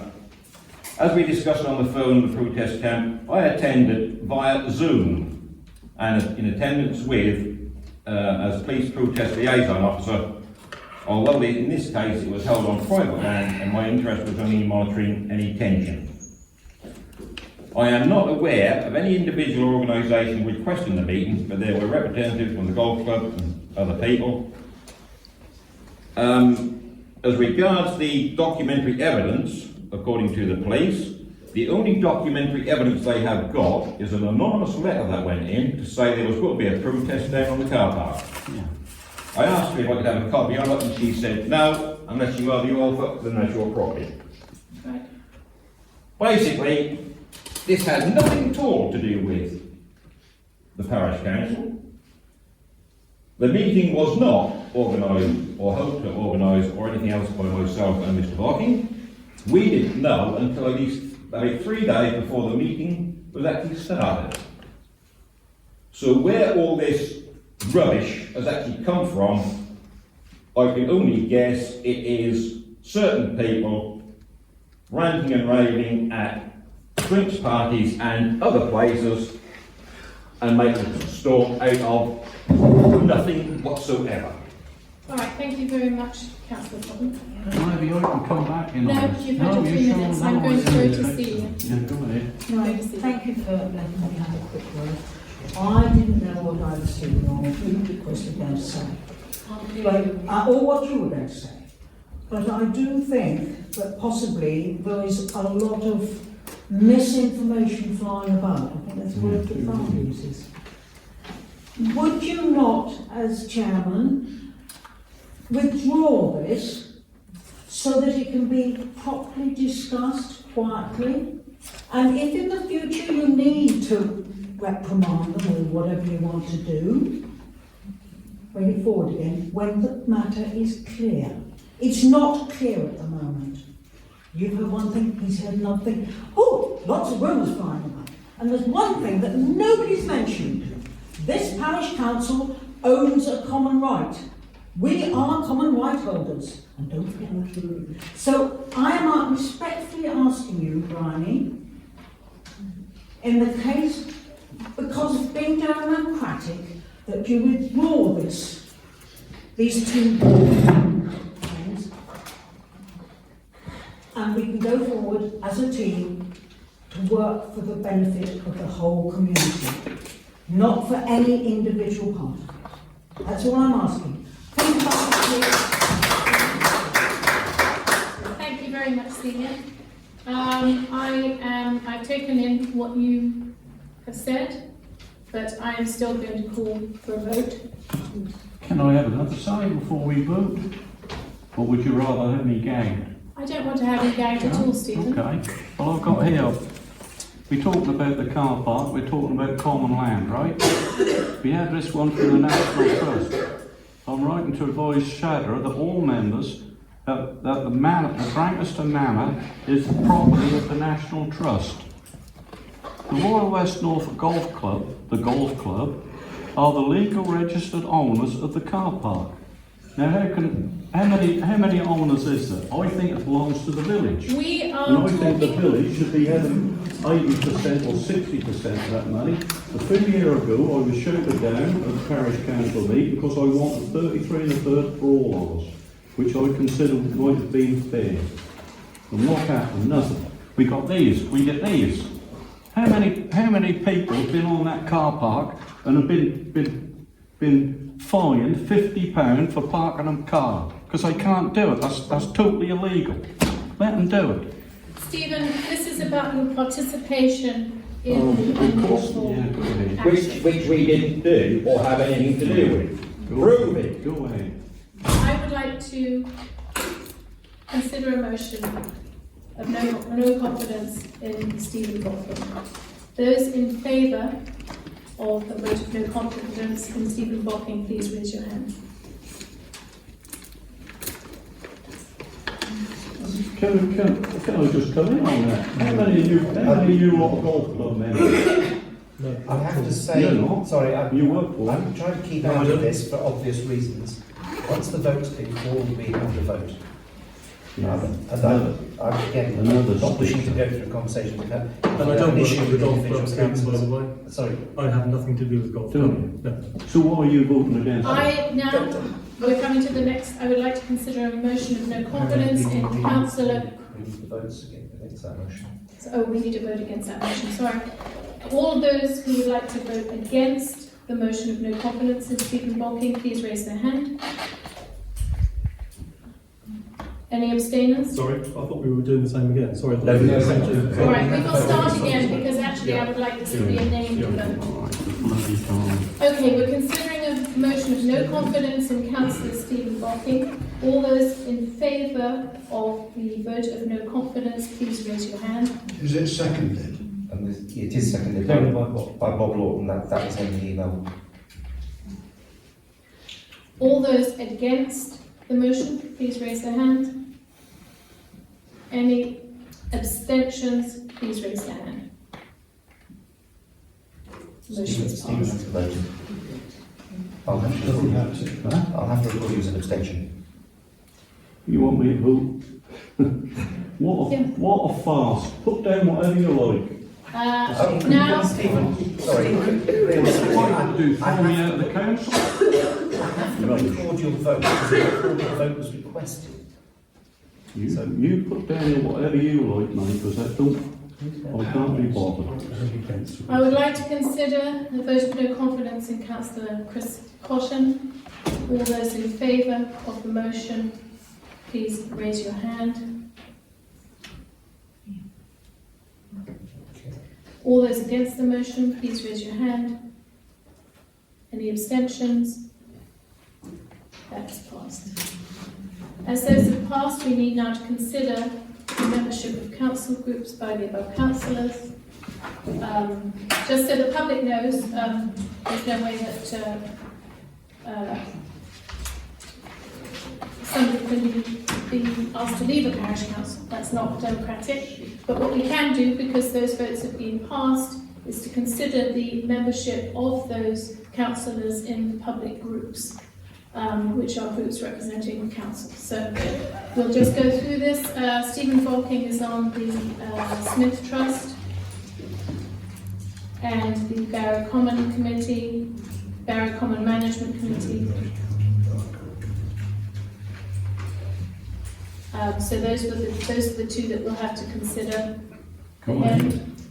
And for Chris, we've got the Detached Cemetery Committee and the Borough Common Management Committee and the Brancaster Sports Club. So, before you say anything else, what difference does it make, because you have no confidence in me, what difference does that make with me organising, doing anything with a detached cemetery? What difference does that got to make to me having anything to do with highways and stuff like that? Absolutely nothing. It makes no difference at all. But if we are voted off all those, you do it. Somebody's got to do a hell of a lot of work, because I ain't doing it. Neither am I. Okay. That's fine. Plus the fact there is 175 coons that are going to be picked up and taken back to King's Lynn at some stage. I know, Chris. I know, and as I said before, this gives me absolutely no pleasure because you are a valued member. Well, then don't do it. Your participation in this illegal action. You say to me about respect. Respect is earned. You haven't earned anything. as far as I'm, and I'll tell you now, I take out a vote of no confidence over you as chairman, but that isn't worth doing If because you'd it like to don't do mean that, nothing. that is your democratic right. Yeah. The other thing is, you do not You do. know about democratic rights. All right. The other thing you don't do is do something like this in public. I don't mind. I got nothing to hide. My conscience is clear. I can look in the mirror and I'm okay. All right, we need to move the agenda forward. You move what you like. Okay, thank you. Just remember that Consider- all you members of the golf club who are voting all this. Consider membership. And I will add something else as well while we're on. Stephen. Members of the village golf club, right? That was done in 1902, and without it, there wouldn't be no village golf club. If it hadn't been for common right and common land, remember that one. All right, we need to consider membership of council groups. And so, for Stephen Bocking, that's the Smith Trust, and the Borough Common Management Committee.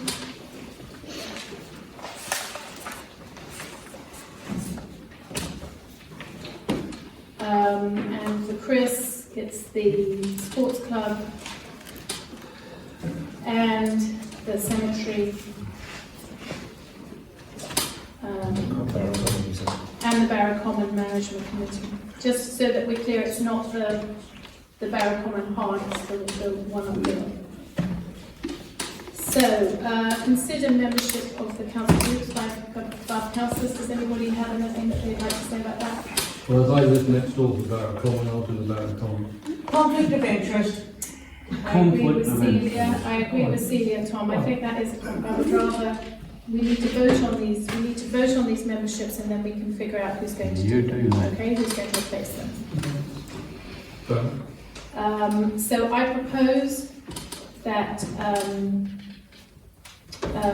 Chris Cotton is of the cemetery, the sports club and Borough Common, and that Stephen Bocking is of the Smith Trust and the Borough Common Management Committee. That's the proposal. Do I have a seconder? Bob Norton. All those in favour of removing those two councillors from those committees, please raise your hand. All those against? Thank you very much for that vote. All right, so now we'll have to consider the Smith Trust. The lady chair, leave that for another time. just as a matter of urgency, the Smiths Trust have got a garden party on the 9th, Yeah.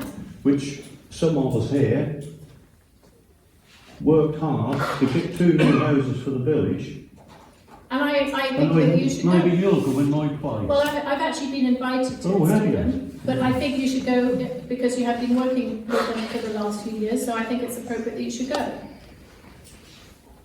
Not if you've been voted off, you can't. I've been voted off. It's thank not you very it's much. not a meeting, it's a I garden. don't care. I don't care. You stick it. All right, we're now going to correspondence and requests. To note any correspondence by the clerk.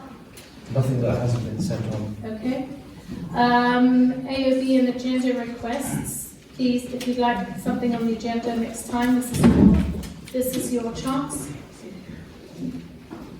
What's this? I'll go on the agenda next time.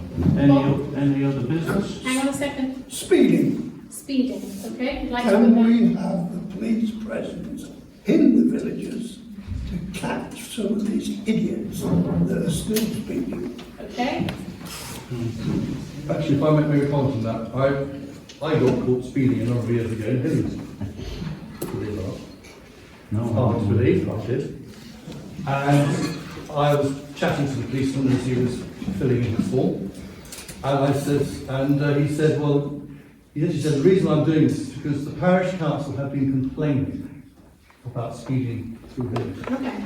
So my point is, first to cost, of course, basically, if the parish council complains sufficiently, they will take notice. Okay, so let's put it on the agenda. Can I suggest that rather than put it on the agenda and wait a month, I simply write and ask them to come?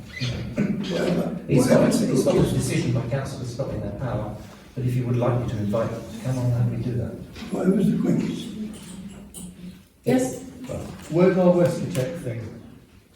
It's still with them. I will check the emails and send it across to you. Well, no, that's fine. We'll take it way back. Any other further agenda requests? I, Dan Horton, I'd like to I suggest... don't think you can, I don't think No. this is for Oh, sorry. councillors. Okay. We'll have the public session once we finish the agenda. Any Yes, other I've- agenda? I've got plenty for the, yeah. Okay. Clarification of why the car park money is now to be received as a donation rather than a share, as it has been for decades. So is that an agenda item? Yeah, Okay. stick it on the agenda. Stephen? Why my request to see the car park's accounts has been ignored at least 8 times. I'd like to know why. Will giving up our historical land claim to ownership of Marsh Common be voted on? Why didn't our chair meet the police who were concerned about safety for State Harbour? It was absolute chaos over that weekend. We have been discussing that with the Well, National we Trust. had we? The Is that the council council or you? The council. Well, that's news to me. All I right. haven't seen anything. Anything else? Sure. All right. Public questions and comments. This is the public session now, and we've got 20 minutes for this, but we have 3 minutes for each person. I wondered whether you were going to bring. I'm saying, you caught me on the back foot. Are you going to put Please them don't on the have hedges agenda? on the agenda. Okay, all right. It's the right time of year. So, if you would like to speak in this public session, please raise your hand. We have Brian Everett and Claude Cook. Brian, would you like to go first? Yes, I've been now 54 years doing comms. Been on the parish council for over 20 years, one thing or another. I have never witnessed anything like I've witnessed tonight. It's absolutely heartbreaking. It's a sheer evil, in my opinion, what's happened. Everybody's allowed their opinion and what they can do, and it shouldn't be taken personal. Now, as regards to the ownership and all the rest of it, I'll just Google ever so quickly. King John gave the out of Ramsey the manor of Brancaster, which consisted of 550 acres, and that's to the east of the village green. Along came Noble Barclay. He put a private act through Parliament, which cost him a lot of money at the time, and in that he gave to the village 618 acres of salt marsh common. He also, as I've just said, gave 550 acres to the manor. That's still around the manor of. In 1765, this act went through. In 1841, the tidal water came along. This verified the cash report that had been recorded earlier. It's one of 6% of tidal water in England that was actually verified by all the landowners. So it's a very rare document. And in that again, it reinforces that the parish of Brancaster owns 618 acres of salt marsh common. This common included the golf club, and it started at the border of Titchwell with Brancaster, came through along to the green, along the south side, went from the green over to the 9th, back by the first Doom Bridge. This is all documented, and you can't get away from it. In the tidal water, it quite plainly says that this was given to the village of Brancaster, given to the village of Brancaster, and all the landowners in this area agreed with that. So that's a legal document. You can't get away from it. Then the other side, what we'd like to say to the parish council is, I can give you court cases to back up what I'm saying, and the Open Spaces Society was always involved in them.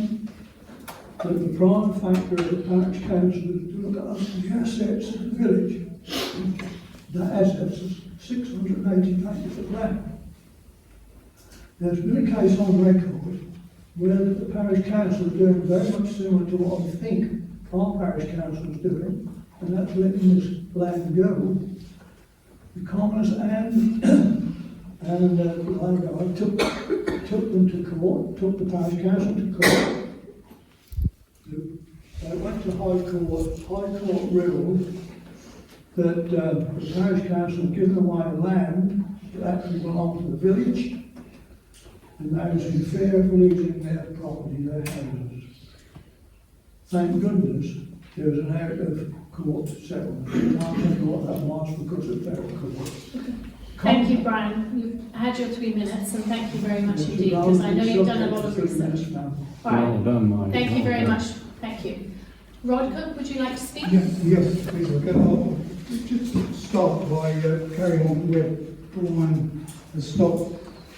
We put together, as I'm secretary, by the way, for Scotland and the Common Right Holders Association, we put together Brian's leadership and using Brian's archive, this folder, which basically it lays out the history of the Brancaster Common and the ownership issues relating to that. So it's all there. Brian's got the archive, we copied from his archive and we put it together for the planning inspectorate inquiry, which due to some protocol or other we weren't allowed to present.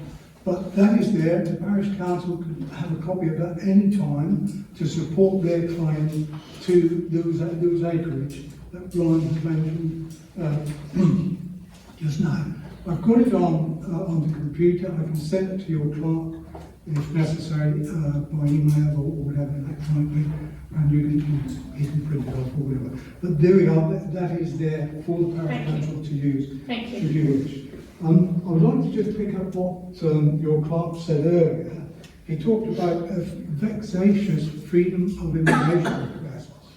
I have never had any correspondence from your council to say that anything that I've sent on behalf of the association has been vexatious. What I did get from your clerk was that he was very busy and wasn't able to get to the matters of information that I've been asking for. I've left that. When I spoke to the committee, they have agreed that can be left for the time being. What has happened over the past 2 years at least is that your parish council has refused to acknowledge the association. You have refused to sit down with Scotshead and District Commoners as an association. I was asked to have a Zoom meeting with the chair of one of the councillors, which turned out to be a matter of trying to knock Rod Cook. I repeat again, I am secretary for the association. I do what the association asks me to do. Now, one or two other points just to say. You talked about the unlawful encampment. 2/3 of that car park are unlawful. Shouldn't be on the common land. The original car park, which was agreed by the district council, was for a car park 1/3 of that size. The common has been encroached upon 2/3 more. You talked about this was a slant, you used my name, again, about £350 an hour for this, that or the other. I speak for the association. I don't write anything that the association doesn't want to do. So, I speak for the association and I say that you took, as a parish council, £37,000 last year from that common. Nothing to be spent back on the common. £37,000 to subsidise your rates. Thank you very much, the common right holders own their common rights, they are private property. Well, I have one last thing to say, because Bob Lawton gave me the parish council records, the archive, and if only you would look at that archive as well, you will find the information is all there. Thank you, you've had your 3 minutes, thank you very much. Thank you. I would say that whenever I refer to you, I always refer to you as Secretary Chakra. I've looked at the minutes and certainly that's not the case. Are there anybody else who would like to speak? Yes, please do. Yep. I got one of these stupid letters from the golf club Yep. telling me I wasn't allowed to attend that protest down there. Right. What you are missing out is as common land, any member of the public in the British Isles can go on that land for air and exercise. You acted out of order, you put bits in the paper. When did you have a parish council meeting to decide all that? What bits in the paper? You What are put you bits in the referring to? paper about the safety and everything else. So when did you have a parish council meeting? You was acting for the parish council. Do you mean the article on the unlawful encampment when I was called by Stuart Anderson from the EDP about it? Yeah. And he asked my opinion and I said we need to be involved because of safety. That land has nothing to do with the parish council. The parish council give away over £2 million worth of village assets. And what you've done in here tonight as well, proceeding increase, the whole parish council is a total disgrace because that's golf club. That's all you are. Golf club members, drinks parties, you're a disgrace to the village. You're not acting for the parishioners, you're acting for the golf club. Do you know what? I think I would be happy to call an election tomorrow. Call one then. We can't legally, we'd have to have everyone's agreements. But I have to say that I haven't, since the agenda went out, I haven't received any complaints from anybody. Well, you got one now, what do you? Yeah, and that's your right as a parishioner to come here and tell us your Them opinion. two people do more work in this village than any of you lot. Well, I know, but yeah. Hang on a second, Stiffy, he's still got his 3 minutes. Hey, young Peter. Yeah, you can do that. Okay. Stiffy? I will turn around and say, my father, God rest his soul, was turning in his grave. He died about 2 years ago, come December, and he said, you ought to watch out for these lot, boy, because nobody ever appreciates what you do around here till you don't bloody do it. How you treated these two there, for all they've done for all the village, all the things they've brought up to help people, the parking girls and etc., you don't realise what's going behind the scenes. My father turned around and worked with his brother for 20 years, got swindled and cheated all the bloody time he went to sea. He said, you wait till I'm gone, mate. Won't stop. Timothy Evans and Derek Bentley, eat your heart out, because I heard enough.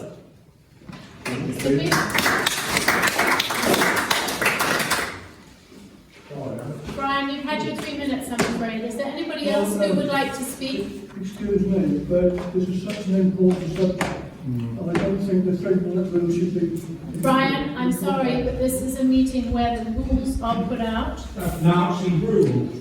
I think that's the second time today that it's been suggested that I'm not.